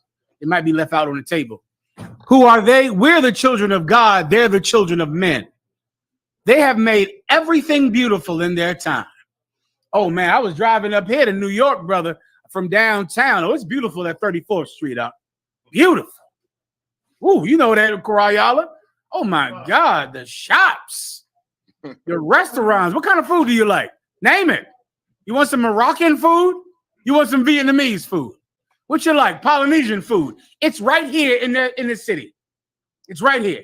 Every race, every restaurant, every pleasure, every delight is here in New York. Everything you want. Everything. Say again? Sounds like Sodom and Gomorrah, correct. Yeah, I mean, in their time, everything is beautiful. The skyscrapers, what's that word in Spanish for skyscraper? The brother just taught it to me this week again. We did it last week. Scraptos something. Well, the skyscrapers are beautiful. Tourists come just to look at the damn buildings. Just to come and look at the damn building. What about Washington, D.C.? Oh, the buildings. He makes everything beautiful. Everything is wonderful. The so-called white man legalized weed. Say again? Rascacielos. Rascacielos. They're beautiful. Bonita. What? Cielos. Oh, they're beautiful. They're wonderful. He makes everything beautiful in his time. Everything. The so-called white man legalized marijuana. Marijuana has become beautiful. Oh my God, the strains of it all. All of those lotions. A lot of y'all stink like marijuana right now from the lotions. You put in the lotion, you rub it all over yourself. Let me tell you how good the white man's marijuana is. The white man's marijuana is so good and so beautiful that it made a lot of you just fall in love with vegetation. Now you're burning sage and all these plants because you're in love with green things. That's how powerful weed is. Right. You think I didn't know why y'all love sage? Because of weed. You think I didn't know that? I knew that. Hey, we got to grow these plants and sage and thyme and rosemary. Weed is so good, it made you fall in love with vegetables. A lot of you niggas is vegan because of weed. You think I didn't know? You think I didn't know why you vegan? You went vegan because weed is so good. You was smoking. You said, damn it, that's all I want. I don't want nothing but green things in me. All I want is vegetables in me because weed is so good. You want nothing. You want vegan in your life. So, because you now worship vegetation. He made weed beautiful and glorious in his time, with the time he has. Keep going. Wakan. Also, he had set the world in their heart. Also, what has he done, Chicago? Set the world in their heart. This devil has made everything beautiful, and with him making everything beautiful, he has set the world in your mind. Now your mind is getting high. Weed and monogamy. Right. And everything is a dream and everything is wonderful. He's put you deeper into the self-destruction of society in his time. In his time. Keep going. Wakan. So that no man can find out the work that God maketh from the beginning to the end. Why can't any man find out the work that the Most High has done? Because these children of men have made everything so beautiful that they've set the world in your heart, in your mind. Now you can't even see God's creation because all you think about is making it in the music industry. Right. That's your whole life. Let me tell you how powerful the white man is. If someone tells you, I'm in the industry, what does that mean? Who knows? If I say, listen, he's in the industry, what does that mean? Who wants to break it down for me? Levi. Meaning they are part of Hollywood. Yeah, does it mean the textile industry? Or the mineral industry? The industry is the music industry. Right. That's how beautiful he makes it. In your mind, it's only one industry on the planet, the one that makes everybody stars. You clearly are not talking about the textile industry or the precious mineral industry or the industry that makes boots, right? The industry to you is the one that makes you a beautiful movie star. That's the industry. And so what do? You're going to get on a Greyhound bus, come down here to New York, and whore out of every draw leg, mouth, and orifice. Right. Why? Because you came to New York to be a star. Or you end up on Hollywood Boulevard. Why? Because you came there to be a star. What do you end up being? A dumpster for fluid. A fluid dumpster. Right. I think you understand Chicago. Kana Wakant, the water, sir. No problem. Anything else? Asher. Khan, so we have a question online. This question is about a question that they asked last week. This is you said you were going to break down. Give the brother up front $1 more. He's doing it so right. Keep it coming for him. Right here. Him right there. Him right here. Give him that money right there. He's doing it so right. You said we're going to break down the day of Simon. Yeah, ain't that something? The day of Simon about the IUIC. Did I give you a video on that? Just give me the picture. Does he have it? No. Okay, we got to get it when we get the picture. I brought it out earlier, Rock. The day of Simon. The day of Simon is some, holiday they made up about some cat named Simon in the Bible. That's it. Abadja? Basically, one of Malachi's sons, after another victory, this is after Hanukkah, created another holiday. Mm-hmm. So they look at that and say, oh, we have to celebrate this too. All right, no problem. Yeah, I got you. All right, let me get some more questions before I got to get into my polygamy tonight. Okay, I think I broke down the day of Simon. You can send me the picture if you want to show the picture. It looks like, and we need to play Big Frida also tonight. Constant. Yeah, I got that for you. I could watch Big Frida for an hour. Buddy. Okay, let's just question, play sir? Big Frida periodically throughout in between the questions. Just forget the day of Simon. Just put Big Frida up there. Let's just play Big Frida. Yeah, play it one time. Get the question in the Look at him. Oh, he's a choreographer. Everybody say, he's in the industry. He's in the industry. keep on praying. Nobody knows how it's made. Joy in the morning. What in the morning. I'ma stop. Keep on praying. Nobody knows how it's made. Joy in the morning. What in the morning. I'ma stop weeping. I'ma stop crying. When I struggle, When I struggle, my daddy knows. He's dancing now. He's dancing. Now, listen, Levi, I'm glad you saw that. Levi, listen, he came over there. He saw all those men's over there. He said, I'm coming to get you men's. I'm giving you some of this here. That poor little brother, purple man right there. Brother, he is looking away in shame. He is ashamed of that. Give him a hand. He's trying to hold on to it. Purple man, whoever you are, don't let him steal your manhood from you in there. Levi. If I may, sir, I may be wrong, but he looks like in his mind, he's saying, man, the ISUPK was right. I hope so. Levi, what do you want to say? I mean, if I may, sir, that's that same dancing guy was the one that punked the brothers at that unity. Yeah, camp. he went over there to the house of David and punked them. Meanwhile, he's queer. He's a queer choreographer. Play it again. Yes, sir. From the top. But what is that face he's making? He's so impressed with himself. Like, I'm showing these niggas. I'm giving them all I got tonight. I'm giving it up. I'm giving them all I got. He twerk. Why is he so impressed? And let me tell you something. Now, listen. Now, once again, okay, there is nothing wrong with a man dancing. But you can't dance gay up. You got to dance like a man. Come on. Dance with a woman. Like a shagapan. Yeah, come on. Like a Listen, brothers in the UPK dance with women.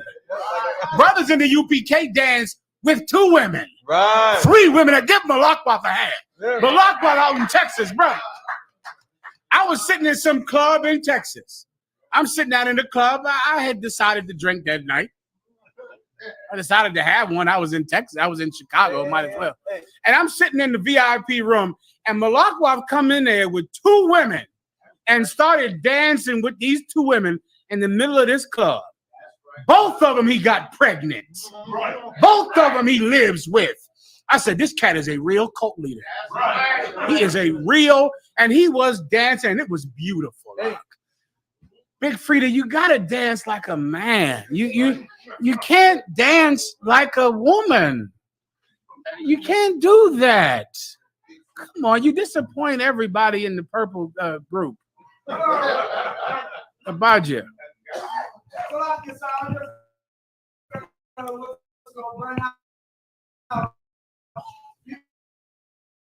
You mistake them for a goddamn fraternity. Like, They another fraternity and not dead women. Keep playing Big Frida.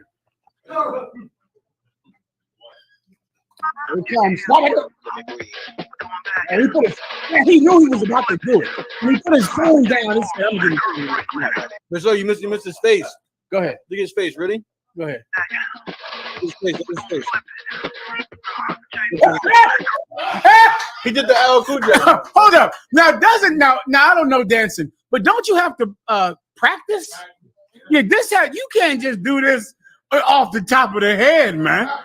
Like that means you done went home and said, at the next wicked holiday, I'm gonna come in there and show these motherfuckers what I got.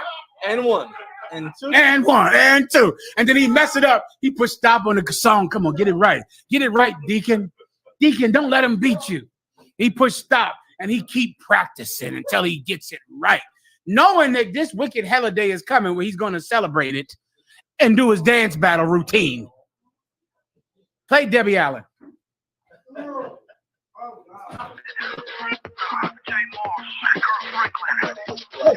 Everybody say, keep on praying. Nobody knows. Help me. In the morning. Keep going. Help me. How's name? Joy in the morning. That's right. What I've been wanting. I'ma stop weeping. I'ma stop crying. Stop crying. When I'm in trouble. When I'm trouble. But daddy knows. When I'm hurt.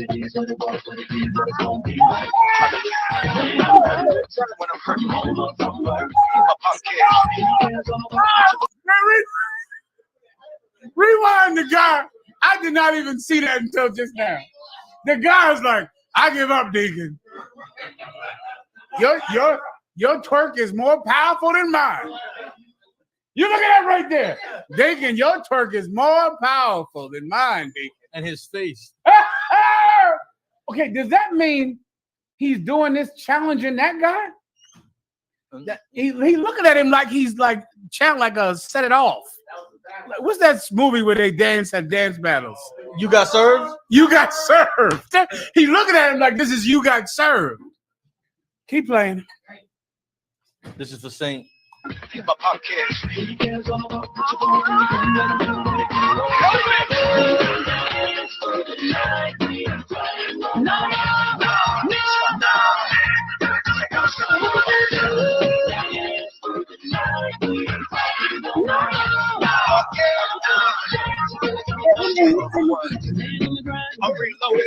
All the time. We'll play more of that. We're gonna play that all the time. Okay, so now, go ahead, Warrior, right here. That's a Kirk Franklin song. You are kidding. How'd you know to Shazam it? You gotta have young brothers around you. Give him a hand. Damn. One more question. What the hell is Shazam? Go ahead. You hit the button and whatever song is playing, it identifies the song. Are you telling me? Jesus Christ. Are you telling me that the IUIC is having a dance battle to a Kirk Franklin song?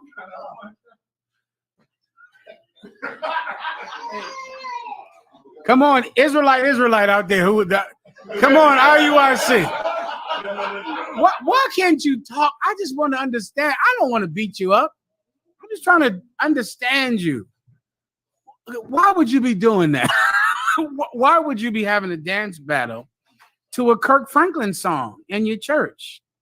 Unless you're just a bunch of Christians. That would explain it. But if you don't think you're a bunch of Christians, then just help me to understand it. I'm just a person just trying to understand what you purple cats are doing in there. All right. I got to move on with the questions. Any other questions? Yes, sir. Go ahead, Al. This person here stated, Slacker, sir, can I get a precept on helping brothers out of gangs, please? Helping brothers out of gangs. You can help brothers out of gangs the same way you help sisters out of pornography. And you help women out of prostitution. And you help brothers out of murdering anybody. A gang is a supplement family. And when you have a terrible family at home, you will take love wherever you can find it. Right. Especially when you don't know what love is at all. Right. The problem with gangs is to think about them like it's a specific thing that needs to be combated. It's not. It's no different than any other thing that will grow in opposition to a good family, which you don't have. You have a good family, and that's how you destroy gangs. That's how you get rid of prostitution. A lot of you cats in the IUIC, you go to see prostitutes. You love prostitutes. Why? Because you can have sex with them and not be married to them. Well, you can't have prostitution without child molestation. There's only one way to keep prostitution going, and that's to create new prostitutes with child molestation. You love pornography? That's what you love? Well, you can't have pornography without child molestation because there would be no porn stars without child molestation. So how do you defeat those things? You defeat those things by being moral in your home. Morality. By having morality. By teaching a child morality. The only way you can teach a child morality is for you to be a moral person. How do you become a moral person? By becoming a member of the Israelite School of Universal Practical Knowledge out of 1 West, Harlem, New York, 125th Street. The UPK will stomp out gangs, pornography, and we'll even stomp out the most destructive organization on the planet, the Christian church. And let me tell you something else. Shot. Every gang in America, all of them, the gangster disciples, the black disciples, all of those old school New York gangs, the Black Spades, all of the Crips and the Bloods all over the planet, none of them has done the damage that the Christian church has done. A lot of your problem is you think gangs are the problem when the church is the problem. The church is the reason for prostitution, for pornography, for gangs. Why? Because the Christian church takes morality out of the home. And then the gang, the pimp, the drug dealer gives your child a new set of rules, since your child has no rules.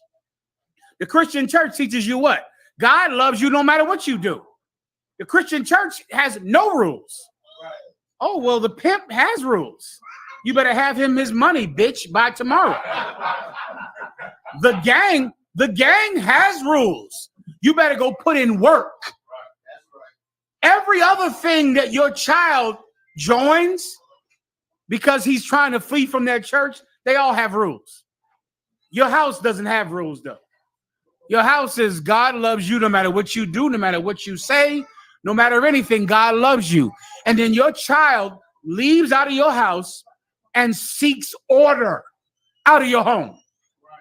Your daughter is looking for order. She's looking for it. She didn't have a father. She didn't have someone to tell her when to come in the house and what to do. And she finds some pimp that gives her order. And she'll take it if she has to just have sex with other men to help make him happy. She's looking for it. But what do you do if you want to stop gangs? Get rid of the church. Right. If you stomp out the Christian church, there will be no gangs. There will be no prostitution. There will be no pornography. But as long as you have churches, you're going to have gangs, because churches create gangs. Churches create prostitution. Churches create pornography. I pray that answers this question.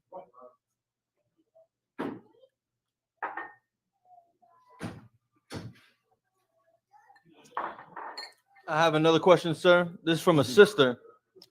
She said, how do I learn to listen to my husband better? He is in the school because I'm really trying. I got you.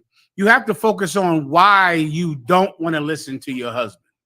You got to, now some of this you need a private counsel, but okay, you have to focus on the reason that you don't listen to him. He's in the school. So then why don't you listen to him? You got to examine that. Now there can be 10 different reasons for that. Some of them your fault, some of them his fault. Who knows? But you have to examine it and see why exactly you are struggling. If you want to listen to him, then why aren't you doing that? What other things do you want to do that you don't do? Like, that's ridiculous. You're telling me you want to do a thing and you're still not doing it? I want to get in my car and drive the hell out of here. If I do, I'll do it because I want to do it. I want to go and get a bottle of scotch that costs $400. I'll do it because I want to do it. Are you telling me there's a thing that you want to do that you don't do, even though you want to do it? I'd have to examine that and see why can't you do a thing that you want to do. I don't know why. I'd have to examine it. It could be many different reasons. All right. Abadja. Could I get a precept on, since we were just talking about not harassing Christians at their place of worship? Not say it one more time. Can I get a precept for not harassing Christians at their place of worship, and that's not One West or anything any of the prophets did? The foolishness of preaching. That's what you need. Count on count. Go ahead. You know why I'm asking, right? Of course. Yeah, count on count. Sir. He's asking. Tell everyone why you're asking. Because I just read another one last night. I forgot to send it to you, but IUIC makes a habit of going up to people's churches and basically harassing the parishioners. Yeah, the IUIC has nothing to say because they cannot speak, and they're terrible at doing the speaking. Terrible. An IUIC speaking video is boring. It's absolutely boring. No one wants to hear it. It sounds like blah, blah, blah, blah, blah, blah, blah, blah, blah, and no one gives a damn. And so they can't change anyone's mind by speaking. So they have to resort to tactics with going to the front of your church and lining up in front of your church so you can't go inside because they can't change your mind with their words. But of course, if you don't have words, then the Most High isn't talking to you, which is why you can't talk to anybody else. The Lord said this, with the foolishness of preaching will I save this people. Right? Speaking is how you change people's minds, not by, barring them from going in their church. That does nothing at all, period. All it will do is scare the cowards to joining you. So now your church will be full of cowards who are too afraid to punch you in your face and go into their church. And then they'll join you and they'll go celebrate the evil holidays in your church as opposed to in their grandmom's church. Wicked holidays. The wicked holidays. Wicked holidays. That's your precept, all right? Come on. It's 8:40. The water. I got to get into it. Clap it up now. Let's get into a topic I'm very familiar with, which is much polygamy. Do I have the much polygamy when Nate said that? If you don't have that, that's where it comes. Nate, Bishop Nasty Nate, he was asked on a show, why did he leave the Israelite group he was in and join his own group and make his own group? He said, well, there was much polygamy in there. Much polygamy. and backbiting. That's another thing he said. He said backbiting. Who knows what backbiting is? Sister, up, no, right here. Microphone. See me one more time up. When you're talking about someone behind their back. Yeah.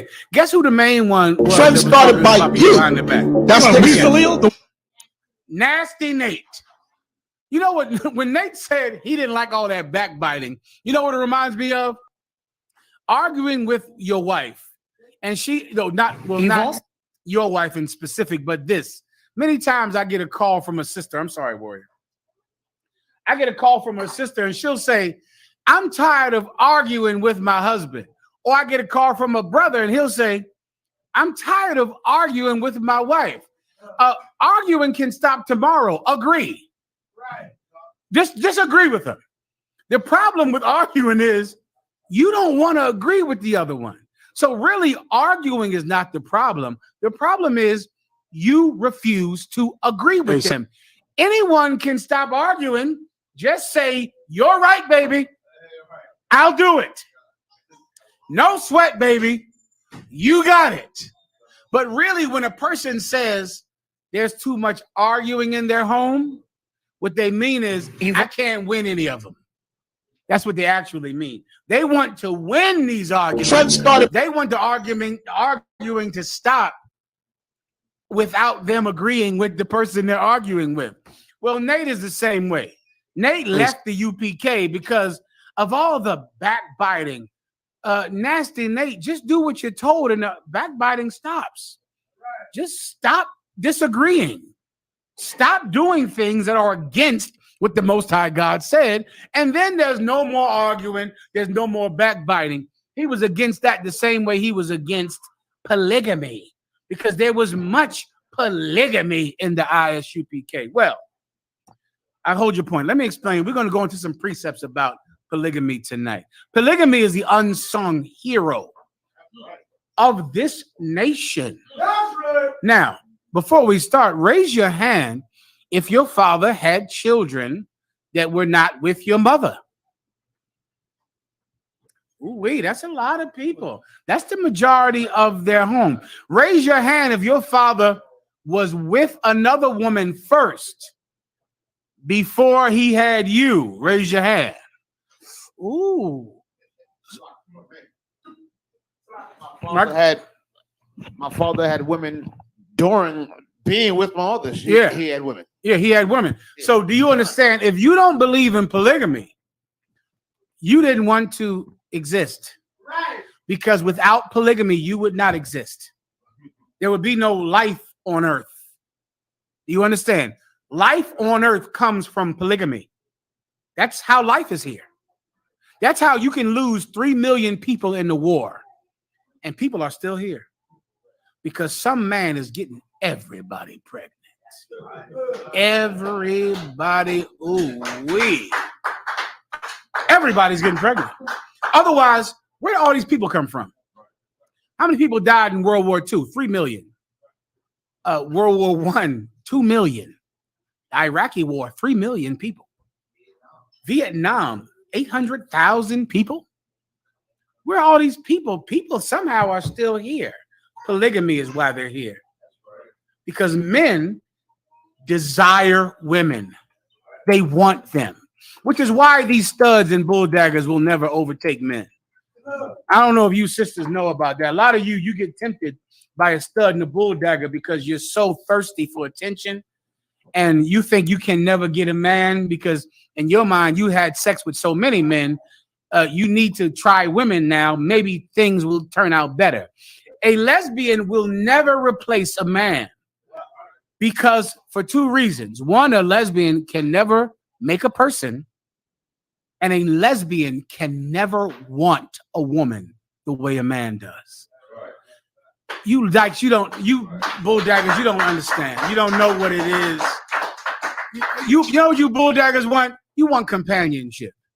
You want friendship. You want a BFF that you can kiss. You don't know what men want. What men want from women is primal. You understand? It's It's like it's hard for them to get it, Levi. I'm trying to explain it to a woman, but she's not going to understand how much men want women. It is so primal, and it's the birds and the bees. It's like something that is driving you every day to do everything you do. Do you understand? You would do nothing if it wasn't for a woman. You just want women. You want them from around about what age? 11? And it begins to take over. It begins, and that urge builds society. It builds everything, because there is a man who is thinking to himself, I must have her. I must do whatever I can to have her. I have to have her. I will let nothing stop me from having her. There was a time when men would just pick up two swords and kill each other over you. That's just that. They would just say, we're fighting to the death over her like two lions. We're going to kill each other. And at the end of this, we will get her. Well, that built society. That's where society comes from. And a bull dagger can't have that. She doesn't have sperm or testosterone. She doesn't know what that urge is that desires women that intensely. Every man knows it from when he's 11 years old. Every last man knows what I'm talking about. Now, what did the Most High do? The Most High didn't shut down the engine to society. He gave it structure and rules. And he put it in its proper position so that society could flow, but at the same time, morality could grow. The Romans did something different. Give me monogamy first, Asher. You have it? Let me give you the opposite of polygamy. Then I'll give you a ton of scriptures on polygamy in the Bible. First, let me tell you where monogamy comes from. Polygamy, poly means many wives, many marriages. That's where the gamy comes from, right? Polygamy means many marriages. Monogamy means one, like monopoly, right? Or mono, it means one marriage. Polygamy is how every society operated on the planet until, guess what race came up? The Greeks and the Romans. Especially the Roman Empire. When the Roman Empire began to rule, there was a man named Augustus Caesar, and his name was August because August meant upright. And he believed that polygamy was evil. It was wrong because he wanted his people to have one wife, because having one wife makes you safe. It turns you into someone that's a house cat, not an alley cat. Some of you hate the UPK because we're alley cats. Everybody understands. You know already. We're not house cats. But when someone forces you to have one wife, what do you become? A house cat. And you're just in the house every day, home by 5, making sure she never thinks you're cheating on her, and it makes you less of a threat to the state. It takes away your desire to rebel because it makes you a family man. When a man who has more than one wife, he'll rebel against the state. He's a conqueror. He wants to take. He's hungry. Do you understand? He has a hunger. When some old purple alley cat, he's home every day by 5, presenting you his phone for your inspection. Please make sure I am not seeing anyone. Go through my pocket. Here's my pockets so that you can know I don't have phone numbers in there. Here's my social media account passwords. So you can make sure he's a house cat. The IUIC are a bunch of house cats. That's what they are. All right. What's the point I'm trying to make out to you right now? They didn't get it from the Bible. They got it from the Romans. Asher, put it up on the screen and show it to them. What do we have here? Oh, let me see the top.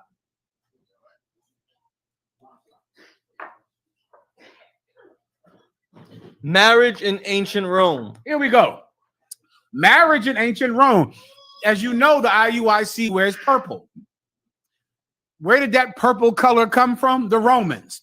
The Romans attempted to force Christ to wear purple because their leaders, their kings, wore purple. They tried to force Christ to wear purple. That's what they did, because Roman dignitaries wore purple. The IUIC wears purple because it's a Roman custom. I'll pull that next if I have to. Where their form of marriage comes from Rome. Play. Up top.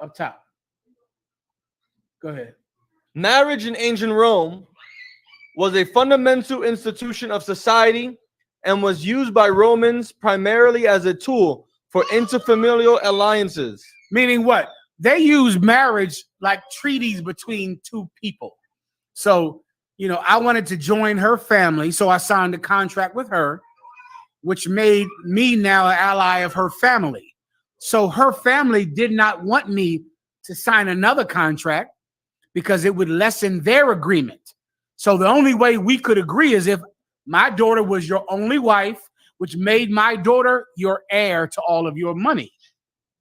And Romans use marriage like a contract, which is what it has become in America and Great Britain and France. Marriage has nothing to do with love, nothing to do with fidelity, nothing to do with commitment.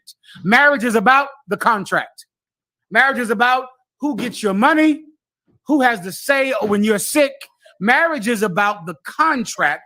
But marriage has nothing to do with love. Some of you stupid bitches out there, you think that a marriage license means he loves you until you get sisters, let the sisters answer. Hey.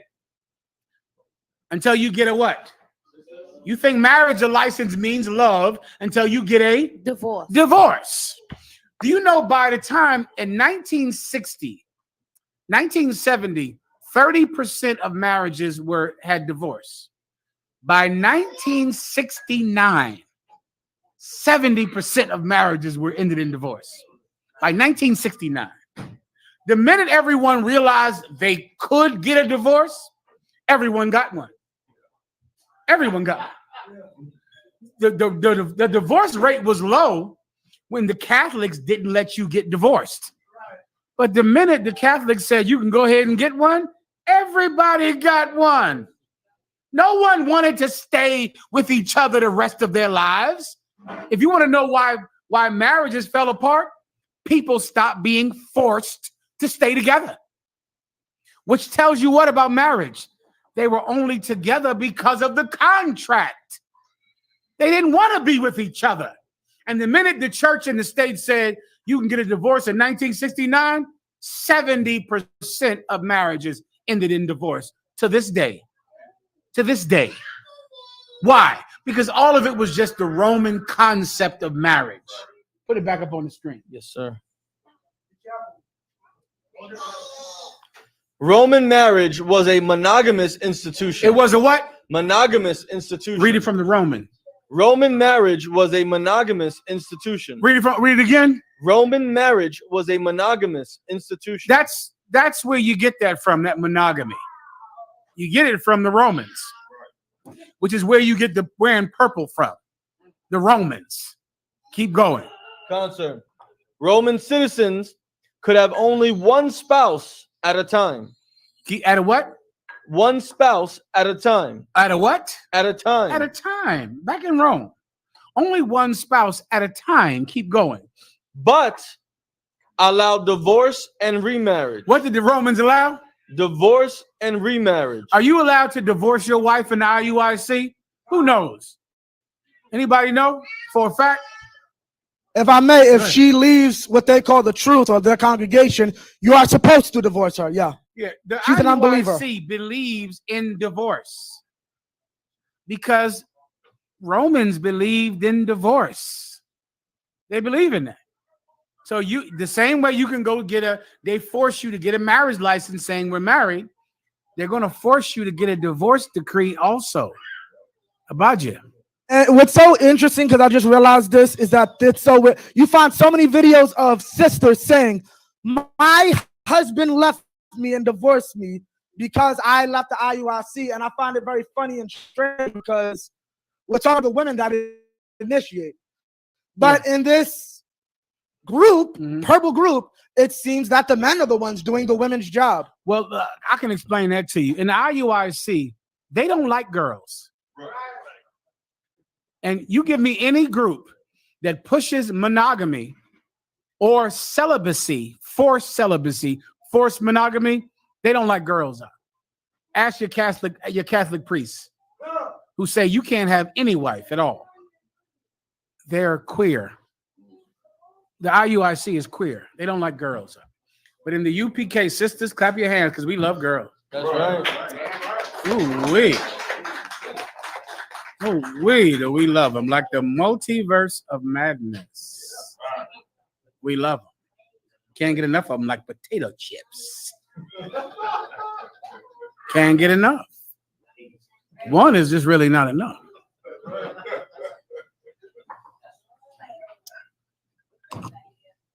Skip down. Yes, sir. Now we're going to go where now? Okay, read that. Marriage in ancient Rome was strictly monogamous institution.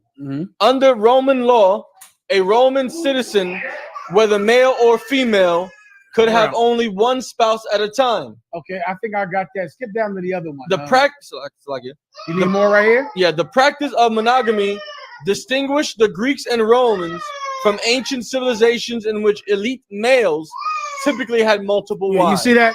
The Greeks and the Romans, this distinguished them because in ancient civilizations, elite males always had more than one wife. Always. Right? But the Romans were different. They were different. You could only have one wife and be accepted in proper Roman society. That's where the IUIC gets it from, because they got it from the Christians, who got it from the Catholics, who got it from the Roman Catholics, who got it from the Romans. That's where it comes from. Skip down for time's sake. Keep going. Right there. Hold up. Let me see. No. I want to run about the Fabian wives. Oh, that's a different one, sir. Okay. Now I only want you to go to that link. Just give me that link because it's fast. The Sabian? But I sent you 2 links. Yes. The second link, that's the one I want. Oh, sir. Go ahead, Al. Salakia, sir, I had a question. I don't know if you was going to go into Matthew's, the 19th chapter. Remind me of what that is. When the Pharisees asked Christ about divorce. My main question was, my main question was, how do IUIC see that verse where Christ specifically? 1 second. Yeah, this is the first one, the Sabian Not wives. the first one. Forget that one. And this is the Romans, the one that we're on. This is the one, but it's right here somewhere. I just need to read it by a second. 1 second. It holds mythological. I told you about it before class. Right here, sir. Right, that's right there. Go ahead, Abaji. What do you want to say? John, I was just saying, like, how do they skip over the part, going back to what I said about them divorcing, where Christ said from the beginning it was not so? Abaji, because that Bible means nothing in the IUIC. It's like asking a Christian, did you see where Jesus is black? The Bible says Jesus is black, but yet every Christian has a white Jesus in their church. Why? Why? Because they could care less about that Bible. Everyone understand? Get a young brother one more dough up front. All right. Where's the other little one at? I ain't seen him. He didn't run around all day. Where's he at? Give him one more too. Give him one more. All right, the young brother behind you. You clap it up for him. He's sitting down there too. All right, let's go ahead. Go on, sir. Read that, please. Marriage had mythical precedents. It had what? Mythical precedents. I'm about to explain to you where monogamy comes from in Rome. This is it. This story is the birth, the tradition, the mythology behind monogamy. Keep going. Starting with the abduction of the Sabian women. The word rape comes from a word that means rapos or kidnap. The term kidnap and rape are the same thing in Latin. It's the same exact thing. Because the entire belief of monogamy comes from the kidnapping, the abduction, the rape of the Sabian brides. Keep reading. Starting with the abduction of the Sabian women, which may reflect the archaic custom of bride abduction. Keep going. Romulus and his band of male immigrants approached the Sabians for connubium. Connubium is like a concupiscence, means sex, which is what they're talking about. To be concupiscent means to sex. Romulus is who Rome is named after. There were two brothers, Romulus and Remus. Romulus killed Remus and made a city called Rome after himself. This city grew and grew and grew. They had 7 kings that ruled over the 7 hills of Rome. Then later on, Rome became a republic under one emperor, the most famous of which is Julius Caesar.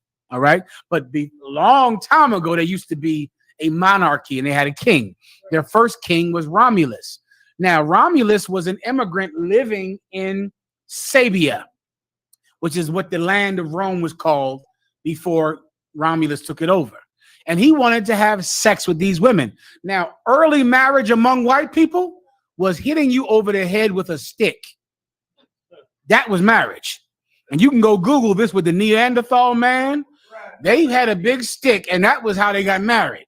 They hit a woman over the head, dragged her out the house, and she was his. And now the Romulans did this. They wanted to have sex with these girls, so they just raped them, because rape is the original form of marriage for white people. You go back to when they were hairy, when they were primal, they just raped the women. These early Romans did this with these Sabians. They just hit him over the head and took him.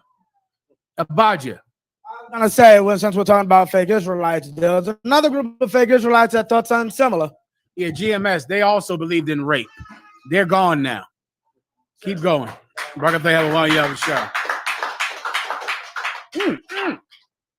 Who else believes in rape?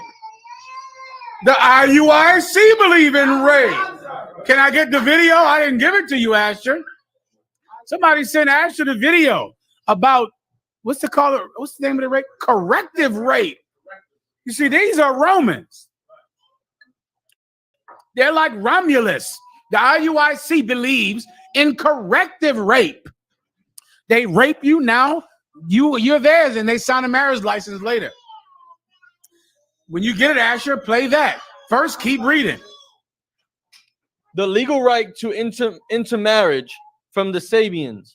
According to Livy, Romulus and his men abducted the Sabian maidens, but promised them an honorable marriage. Read that again. But promised them an honorable marriage. You see, after they raped them and kidnapped them, they said, listen, I know this looks bad, but I'm going to give you an honorable marriage. Keep going. But promised them an honorable marriage in which they would enjoy the benefits of property, citizenship, and children. You see that? That's where it comes from. After they raped these women, they had to make amends with their families because they raped them. So then they promised them property, money. And that is where monogamy comes from. It's a legal contract for money. Now you're their heir. Now you get this money. That's why you can go to court and get alimony. Because the entire thing is not about love. It's not about morality. It's a contract for money, because that is how it started. It's what you give this woman so she doesn't have her family kill you. You give her money. You give her a contract for money. And that's all you're doing when you go sign a marriage license. It doesn't prove he loves you. You're such a stupid bitch. It makes me sick sometimes, because I think about women and I think about myself. Confession is good for the soul. When I was in the world, you know what I cared about in the world? I cared about the ceremony and not the work. It's a graduation time, right? Clap it up for all the UPK kids that go to graduation. Tons of your children are achieving high goals in school. And every camp leader should be giving these children money. If you got children in your camp and they're getting straight A's and they're getting honors and they're graduating, give those kids some money, man. Encourage that kind of behavior, man. Do it. Commanding General Yohana wants us to reward children who receive academic honors and who graduate. Well, because it's graduation season, graduations are beautiful. You get the cap and the gown. and you get to walk down the aisle, and it's so glorious. But a graduation is nothing without getting the grades. Getting the grades is the more important thing. The grades. Some of you idiots, you love a birthday party. You want to have a birthday party. Well, a birthday party is nothing if you're living the kind of lifestyle that's going to kill you. Because you're not going to have many birthdays because you get high and because you're a thief and a criminal and you go to church. But you care about getting a cake and getting the party. And you know what else you care about? You care about a wedding ceremony. You want to have the bridesmaids and the dresses and the church and people throwing rice and the honeymoon. You care about the marriage ceremony, but you don't care about the marriage. The marriage. And this is what monogamy has done to you. It's made you superficial. So now every stupid bitch just wants a marriage ceremony, but she doesn't want to be married. That's not what she wants. How do you know? In 2 years, you're getting a divorce. You're getting a divorce in 2 years. This same bitch that complained and wanted to marry you and said, can I invite my mother? Here's the guest list. Here's the gifts I want. Here's everything I need for the marriage ceremony. I want a ring. I want a ring. I want a ring. You're getting divorced in 2 years because she wanted the ceremony, but she didn't want the marriage. If I could tell any of you stupid bitches and young kids something, care about the thing, not the celebration. Care about the actual marriage. Like, say to yourself, I'm marrying this man not because so I can have a big party to put on social media, but so I can spend 40 years with him and never leave him. So I could actually have a good marriage, because having a good marriage is better than having a wedding day. Does everyone understand? Well, the Romans turned marriage into the wedding day, into the contract signing, into you get money, I get money, we do this. This is a contract. They turned marriage into a legal agreement and not a solemn bond that lasts until death. Keep going. Yes, sir. It says, under Roman law, the oldest living male, the father of the family, held absolute authority over his children and to a lesser extent his wife. You understand? Meaning under Roman law, the oldest son was in charge. He was the father. He was the one who was in charge. Keep going. Concern. His household was thus understood to be under his manus, literally hand. Mm-hmm. He had the right and duty to seek a good and valuable match for his children and might arrange a child's betrothal. I'm going to skip down. You got to read this on your own. The eldest son had all the power until he got married. He gave someone away in marriage. Now this marriage gave her money, gave her responsibility, gave her a dowry, gave her things that now she could take power in the family. And that was the way that they made the Sabian fathers not kill them, because the Sabian fathers wanted to murder Salakia, kill them because they raped their daughters. But they convinced the Sabian fathers not to kill them because they made contracts with their daughters to make their daughters their financial heirs. And because of it, the Sabian said, all right, no problem. You can have my daughter because now she'll get all your money. And it was an agreement between these families. And that's why marriage became that. It became a contract. It became something carnal and cold as opposed to a lifelong bond. Some of you would never abandon your children, but you'd abandon your wife. You would never abandon your child, but you leave your husband. If I said, listen, your child is bad, your child is acting up, drop him off at the fire station and leave him there. You would never do that to your child, no matter how bad your child was. You found a phone number in your husband's phone, you're leaving him. Why? Because you don't consider your husband to be your sisters. The little more. Well, he's not your child, but he is your what? Spouse. He is your what? Spouse. Your child is a member of your family. You don't consider your husband to be family. Because if your husband was your family, if he was your family, then what? If he cheated on you, you would stay. Why? Because he's your family. Give her a hand. See that? You would stay. Like, but your husband never gets to be your family. Your mama is a crackhead. You don't leave her. Right. Your mom vexes you, gets on your nerves, said evil things to you. What do you say? That's still my mama. That's still my mama. No matter what she do. That's my mom. Well, your husband is your husband if he has 10 wives, ain't he? That's still your husband. When does he get to be your family?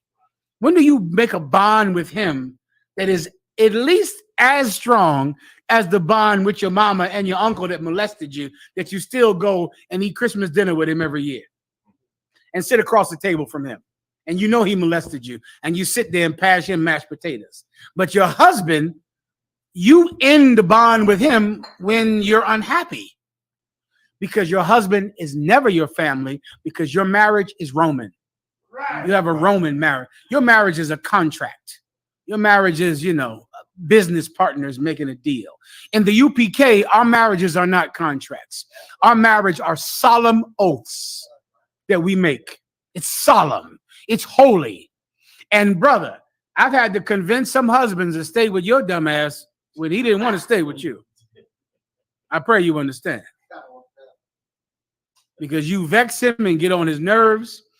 And some of you are not even in the truth. And yet your husband is being told to stay with you. That's right. And you're a Muslim, a Christian, a IUIC purple bitch or something. And your husband is still being told, you got to stay with her. You can't leave her. You got to stay with that woman. Because we consider marriage to be more than a business contract. It's a solemn oath. That's right. Everyone understands. I think we got it from that. Give me my precepts. Give me Isaiah 14. Come on, fast.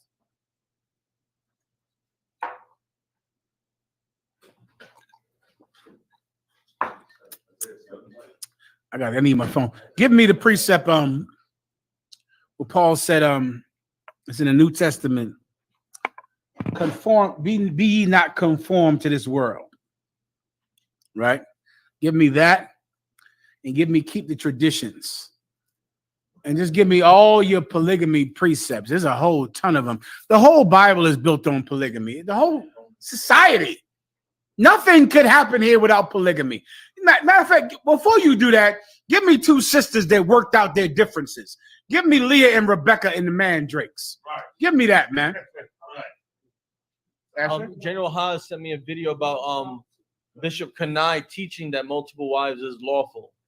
Well, I wish I had time. How much time is it? I do not have time. I would love to go there, Rock. But we got to let cross the line. Come on there. Let me do these few precepts on polygamy. All right. Because I want to make sure to exalt polygamy. Where it should be much polygamy. Where it should be exalted. Now, with that said, is polygamy an order? No, you don't have to have more than one wife. But no man can tell you that you can't have more than one wife. That's the thing. Having more than one wife is like having more than one child. You can have an only child if you want, but who in the hell could tell you you can only have one child? Who would say that to you? Who would say, well, you have one child? Salaki, they did that in China. China told them they could only have one kid. And they had to abort every other baby besides that one. They had abortion, state-ordered abortion in China. We don't do that in here. If you want no wife, you don't have to have a wife in the UPK. You can just be a eunuch for the kingdom of heaven's sake. To be a eunuch means you're a person that doesn't have sex. Or you can have one wife, or you can have 10. But it is a solemn responsibility to take on one wife. It's a solemn responsibility. One more thing I got to warn you of. Some of you brothers are one women man, and you shouldn't get more than one wife because you can't spread yourself. To be able to have more than one wife, to be able to go to much polygamy like me up here. Ooh, I'm like butter spread out over bread, brother. You understand me? I'm like butter. Take a big slab of butter. Big slab. Make you some. What's your favorite kind of bread? What do y'all like out here? You like that raisin bread with us? Raisin bread? There ain't nothing wrong with that. He can like whatever bread he want to like. God damn, brother, can't he like raisin bread? Somebody said, what the fuck you talking about raisin? You want some raisin bread? Get this brother some raisin bread in here tonight. You might like what you like, French bread, I'm sure. What you like, a trooper officer? What's your rank? Listen, that's a high class bread. Give him a hand. That's my kind of bread. I said, you like a good brunch, huh? Like my, I said, this brother go to brunch like me. A kid, if you want to take a woman on a date, take her to brunch. Matter, that's bring me to something else I wanted to help with Barack with. I'll do at the end of class. You got brioche bread. You got raisin bread. You got all kinds of different breads. If you want to be a polygamist, you're going to have to be like butter that you can just liberally spread out on a lot of bread. Spread it. If you can't spread yourself, get one wife. Just you're a one-woman man. And there's nothing wrong with that. Some parents are one-child parents. You get my point? It's the same thing. You don't need 10 kids because you can't spread yourself over 6, 5, 4 kids. All you can handle is one child. Have your one child and thank the Lord that you have a healthy child. Well, if you only have one wife and that's all you can spread yourself on, thank the Lord you have one good marriage up. Do not get more than one wife unless you can be butter on bread. Does everyone understand? What do you have? What are you holding for me? Leah and Rebecca, tell them where you are. This is the book of Genesis, chapter 30, verse 14. Now, Leah and Rebecca were two sisters, so they had an inherent rivalry. A rivalry, which if you have a sister, you know what I'm talking about. Sisters just grow up with an inherent rivalry with each other. Well, these two sisters were coincidentally,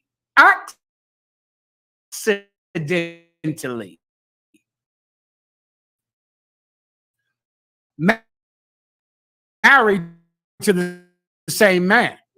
I'm sorry. Well, he wanted to marry one woman. One night he got drunk, married the wrong wife because the father on purpose made him marry the wrong wife so he could have this son's service for 7 more years because this son made his business thrive. So the father wanted him to marry both of his daughters so he could keep him working for him for the dowry price. So he looks up and he has 2 wives who are sisters who are rivals. What is the part about monogamy that bothers some women? The rivalry with the other wives. Like the rivalry drives some of you crazy, which is why I always tell brothers, like, if you want to pick a wife, it's better to pick a confident wife. A wife who has confidence. A wife who has low self-esteem can't take the rivalry because already she has low self-esteem. Already she's too ugly, too fat, too skinny, too short, too poor. And so because of that, when you get another wife, she will consider it belittling because already her self-esteem is fragile. When a more confident woman who knows that what she provides is good, that's in Proverbs 34, 31 and 10. She knows that what she provides to you is good. She's confident. So she doesn't really care if you get another wife because she knows that no one can replace her. Now that's a kind of woman. That's a virtuous woman that just has looked at you like, oh, you got another wife. Okay, well, I hope she can provide like me because I'm in here providing in here. So, Lord, come on in here and help out them because she just knows that what she gives you is delicious. And she doesn't think that any woman can beat her. So all any woman can do is just be her sister because she just is so wonderful and so great. And what she gives you is just irresistible. So now that's Leah and Rebecca's situation. They're 2 sisters. I'm sorry, say again. Leah and Rachel. They're sisters. They disagree. They argue. They're angry at each other. They're rivals, just like you and your husband's other wife. Read. The book of Genesis, chapter 30, verse 14. And Reuben went in the days of wheat harvest and found mandrakes in the field and brought them unto his mother Leah. Now, Reuben is the horse, right? The stallion. The Seminole Indians. Who's a somebody in the school? She's a Reuben. Give her a hand. I can't remember any other ones. I'm sure there are. Reuben is the father of her tribe, right? And Reuben was out in the field and he found mandrakes. Someone look up mandrake in the Bible dictionary. Mandrake. Her son found mandrakes. So her son went and gave his mother these mandrakes. A mandrake is like a root vegetable. But it's a specifically prized root vegetable for a specific reason. The brothers will look it up for me. So he gave this mandrake to his mother. What was his mother's name again? Leah. Thawada. Keep going. Then Rachel said to Leah, give me, I pray thee, of thy son's mandrakes. Now Leah and Rachel are sharing a man. So when Rachel found out that Leah had mandrakes, she said, give me your son's mandrakes. Give them to me. Keep going. Verse 15. And she said unto her, is it a small matter that thou hast taken my husband? She said, what? Is it a small matter that thou hast taken my husband? She said, damn. Wait a minute. You took my husband. Now you want my mandrakes as well? This is real life rivalry that happens today. This happens where you and this sister are sharing the same man. And the sister comes and says, oh, your son gave you mandrakes. Give them to me. Damn, you want my mandrakes and my man? You already got my husband. Now you want my mandrakes? They're talking to each other.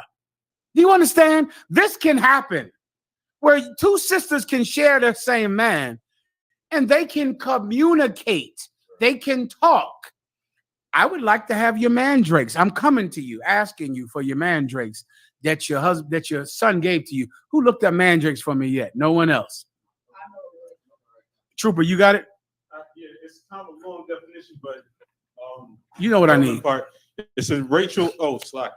Mandrakes were believed to be a stimulant to help with fertility and conception in barren women. That's what I need. Mandrakes were an aphrodisiac. Right. Mandrakes made that penis work. That's the point.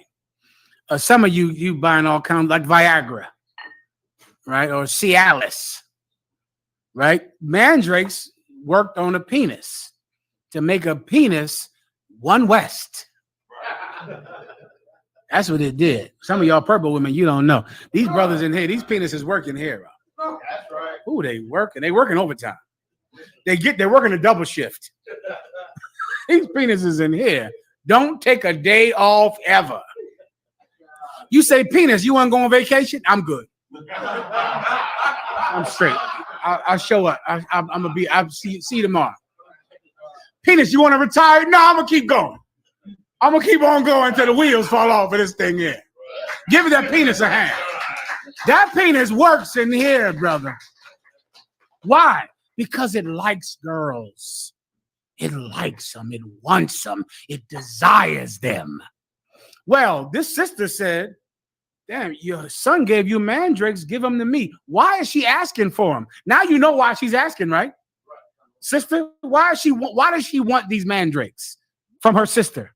Because she want to have a child too. Because she wants children. So she's like, your son found a root that can make our husband's penis hard. Give him to me. The woman says, damn, you already got my husband. Now I got to make sure his rod is hard. You asked for too much.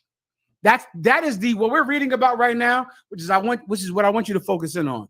This is the negotiation between two sisters. They're negotiating. You found something to make sure I can get pregnant. Your son found that he gave it to you. I want to get pregnant. can I have your mandrake? Damn, but you already have my husband. Now I got to make sure you two have good sex. That's what you want me to do now? Let's read her response. Keep going. And wouldest thou take away my son's mandrakes also? So now you got my husband. Now you're going to take my son's natural Viagra? You're going to do that now? Go ahead. And Rachel said, therefore he shall lie with thee tonight for thy son's mandrakes. You know what, sis? You're right. This is civilized. This is civilized behavior. This is not cutting her tires and punching her in the face and going on social media to talk about her. This is two sisters. They both have agendas. They both have goals. They both want that penis. So now one of them says, I would like your mandrakes because I want my husband's penis to be at peak performance so he can get me pregnant. The other one says, damn, you already got my husband. Now I got to give you my mandrakes also. You're right, sis. So this is what I'll trade for you. He'll be with you tonight. He'll have sex with you tonight. I'll give up my night because tonight is my night. Those of you sisters who share a husband, you know that eventually, if you're civilized, you get a schedule. Right? A schedule is what civilized polygamous marriages do. You get Tuesday. Tuesday is when your world gets rocked. Or Saturday is when you go into the multiverse of madness. But imagine the sister says, well, wait a minute now. I need a little Viagra for my situation over here because I need to get pregnant now. And the sister goes, damn, but you got everything else from me. All right, you're right. Take my night. You can take my night. How civilized is this? That's right. This is not world star hip hop or the Hollywood. What's the bitches that be on TV fighting, throwing drinks in each other's face? Housewives. The housewives of Atlanta. This is not that. This is two sisters that share the same man, know that they both want this man, and they trade. They trade with each other. How civilized is that compared to modern society? This is civilized, and it's thousands of years ago. Fine. Read that last part again. Con out of one con. Therefore, he shall lie with thee tonight. He'll lie with me. He'll lie with me. With thee. He'll lie with me. With he thee. will lie with you tonight. You can have him tonight. Keep going. For thy son's mandrakes. That's my deal. You give me those mandrakes, you get tonight with him. Keep going. Verse 16. And Jacob came out of the field in the evening, and Leah went out to meet him and said, thou must come in unto me. Jacob come from work like, all right, let me go to Rachel. What? I ain't going to Rachel tonight? He wasn't even involved in the negotiation. He was not involved. He found out after it happened. Now imagine today when you look at back in the day, like women had no power. These women decided who had sex this night. They decided, not him. They had the power. These women decided who had sex this night, not the man. He came home expecting to go with Rachel. And then Leah said, no, blah, blah, blah, blah. You with me tonight. I worked it out with your other wife. I guess I got shalom. I guess this is how it works. I must serve when called upon. He went and did it. Is this some weak woman? What is weak about her? Is she some stupid woman that's letting her husband cheat on her? This woman is strong. She's strong, but you don't value her because you value some bitch that's been divorced 3 times. You value her. Read it again. 1 second. And Jacob came out of the field in the evening, and Leah went out to meet him and said, thou must come in unto me. You can. Thou must. If you want to. Thou must. If you choose to. Must. You have to have sex with me tonight. Now, this woman is weak. She's some punk. She's some woman that's stupid. Huh? Like they want to say UPK women are dumb. Yeah, our women are like this sister right here. Listen, I'm telling you from experience. Sometimes I show up where I'm told, and I serve. I pray you understand. I serve.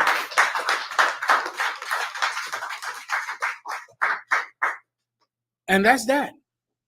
They work it out and talk about it and deal with it, whatever. As long as I'm getting some. Whatever y'all do, I'll show up and serve. Everybody understands. There's nothing weak about this. This is your culture. Your culture is not some cold, we want to marry, so let's sign a contract to force us to stay together forever so that you'll give me money if you leave me. That is not our culture. That's white people's culture. Right. That's them.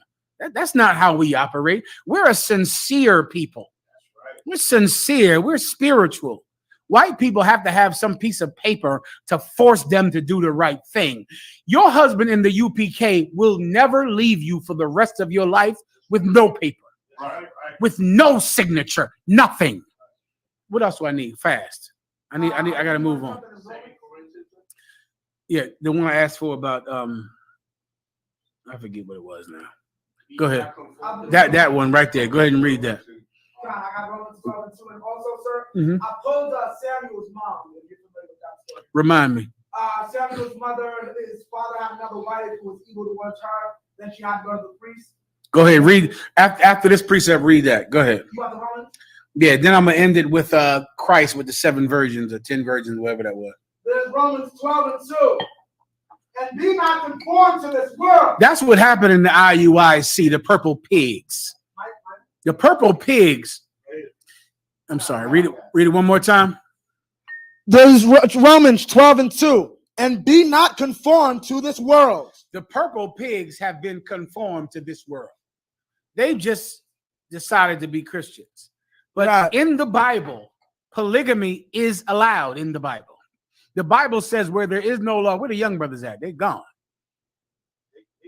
They're here. Give them some more money. Oh, they gone. So like, you thought exactly we would get these brothers grown men. You know what? Give that to the grown man. Here's you. That's you right there. You don't want that. Say that for next week. I'll leave it up here. I'm gonna start stacking some money at being all week. They probably driving y'all crazy every class. I'll stack some money up here, leave it up here every week for you from now on. All right. Who's the mama? The mama? Where's the mama at? Oh, she low. Goddamn. Well, she missed out. All right, go ahead. Keep reading. Verse 12. And be not conformed to this world, but be ye transformed by the renewing of your mind. That's what you have to do. You can't conform. The IUIC conforms. They conform. It's important for them to congregate on these wicked, I'm fine, warrior, on these wicked holidays. They just conform to whatever the world does. You cannot serve God and conform to the world. You have to be transformed. You have to become someone different. The Romans say that monogamy is the only allowable marriage. You can't do that just because white people like it. You're going to have to go into your culture and choose what your culture has decided is right. And your culture does not exist without polygamy. These 2 sisters, after they traded these mandrakes, 3 more brothers of the 12 tribes were born. Right. We don't have these 12 tribes without polygamy. Right. Without a man having sex with a woman who was not the first woman that he had sex with. You just can't have a nation without it. Just do the math on it. A brother is going to have to spread himself over much bread. Come on. Mm-hmm. I have a question. Go ahead. How is it that a man can have 10 wives? Does he have to love all of them, or he could just love one and not the others? How many children do you have? I have 5. How is it that a woman could have 5 children? Does she only love her first child and not love the rest of them? How do you do that? Well, for me, I actually love them according to how they treat me. Do you only love one? All of them. You love all 5. All of them. You only love the first one. No, all of them. You only love the last one. All. So how do you find enough love in your heart to love 5 kids? All of them. How? Easy. It's a lot of love to go around. Exactly. Okay, got it. It's easy, right? These brothers, they can love 5 women easy. Easy. No problem. No problem. We're experts at it. You understand? You'll be fine. Don't worry. We just know how to do this. Like good thick butter. Spread out over raisin bread, brioche bread. I can't, man. Just slather. Just take it out and slather the thing all over the bread. It's just warm it up, toast it in the oven. It's enough bread. It's enough butter to go in there. We're gonna butter the hell out of that bread. Types of bread. That bread gonna get so goddamn buttered, you won't feel like you ever been buttered in your goddamn life. Moving on. Where we at now? Go ahead. Have you seen Corayala, stand-up Corayala? This brother butters the hell out of some bread. Put him on camera. Put him on some camera. Who's some other good bread butterers out here? No, turn the camera right here. This one right here. This brother, he butters bread. But bakes it, butters the hell out of it. Give him a hand. A Shah Kapan. Get up here. It's a Shah. It's a young warrior here. Oh boy, that bread would be so sticky with butter. Look at that, sticky. Sticky with butter. Who's the mother? I bought you. Get up here right now. Talk. You want your bread butter? Do you want your bread buttery? This nigga here butters some bread. Sticky with butter. And I got so many of them, Mark. I don't even know what to do. This guard seemed like he make a good piece of bread sticky. Come on up here, brother. He looking over there like he know how to slather some butter on some goddamn bread. Let him see it. Yeah, that bread will be all right. Don't worry about it. Just give up that bread. And it'll get buttered. it'll get buttered. Just give it over. Just hand that bread over here. All right. I gotta move on. All right. Anything else cross the line? You 10 hours late. Where's Tazaryak at? Oh goddamn, you back there? We gotta go now, right? Okay. With that, pass the class over to the guard. Give him a hold up. Can I do one more thing? Otherwise, I ain't gonna never remember this. Guard, give me 1 second, all right? Ti mi gente. Órale, give me a hand. Pasa ti mi gente. Mi nombre es General Mahayaman. Soy tu hermano y estos son los anuncios. Somos la escuela israelita de conocimiento práctico universal desde 1 Oeste, calle 125, Harlem, Nuevo York, bajo el mando el general Yahana desde el 1969. Carnales, esta es la verdad. Si tú eres latino, negro o indio nativo, tú eres Israel, el pueblo elegido, Dios. Tu madre, tu padre dicen que somos un culto y mantienen su iglesia sin culpa. Órale. Órale. Clap it up for the class. Men of Israel, Madiam, which means to stand. Men of Israel, we're going to get one courtesy salute. Men of Israel, Madiam Shabbat. Amadiam, Barak, Yahweh Ba Shem Yahweh Shabrak Thumb. Yajmatah, which means hands down, soft face, sisters. Amadiam, which means to stand. Men of Israel, we're going to get one courtesy salute to the sisters. men of Israel, Madim Shabbat, Amadiam, Barak, Yahweh Shemala Thought by Shem Yahweh Shai. Yajamatah, which means hands down, class dismissed.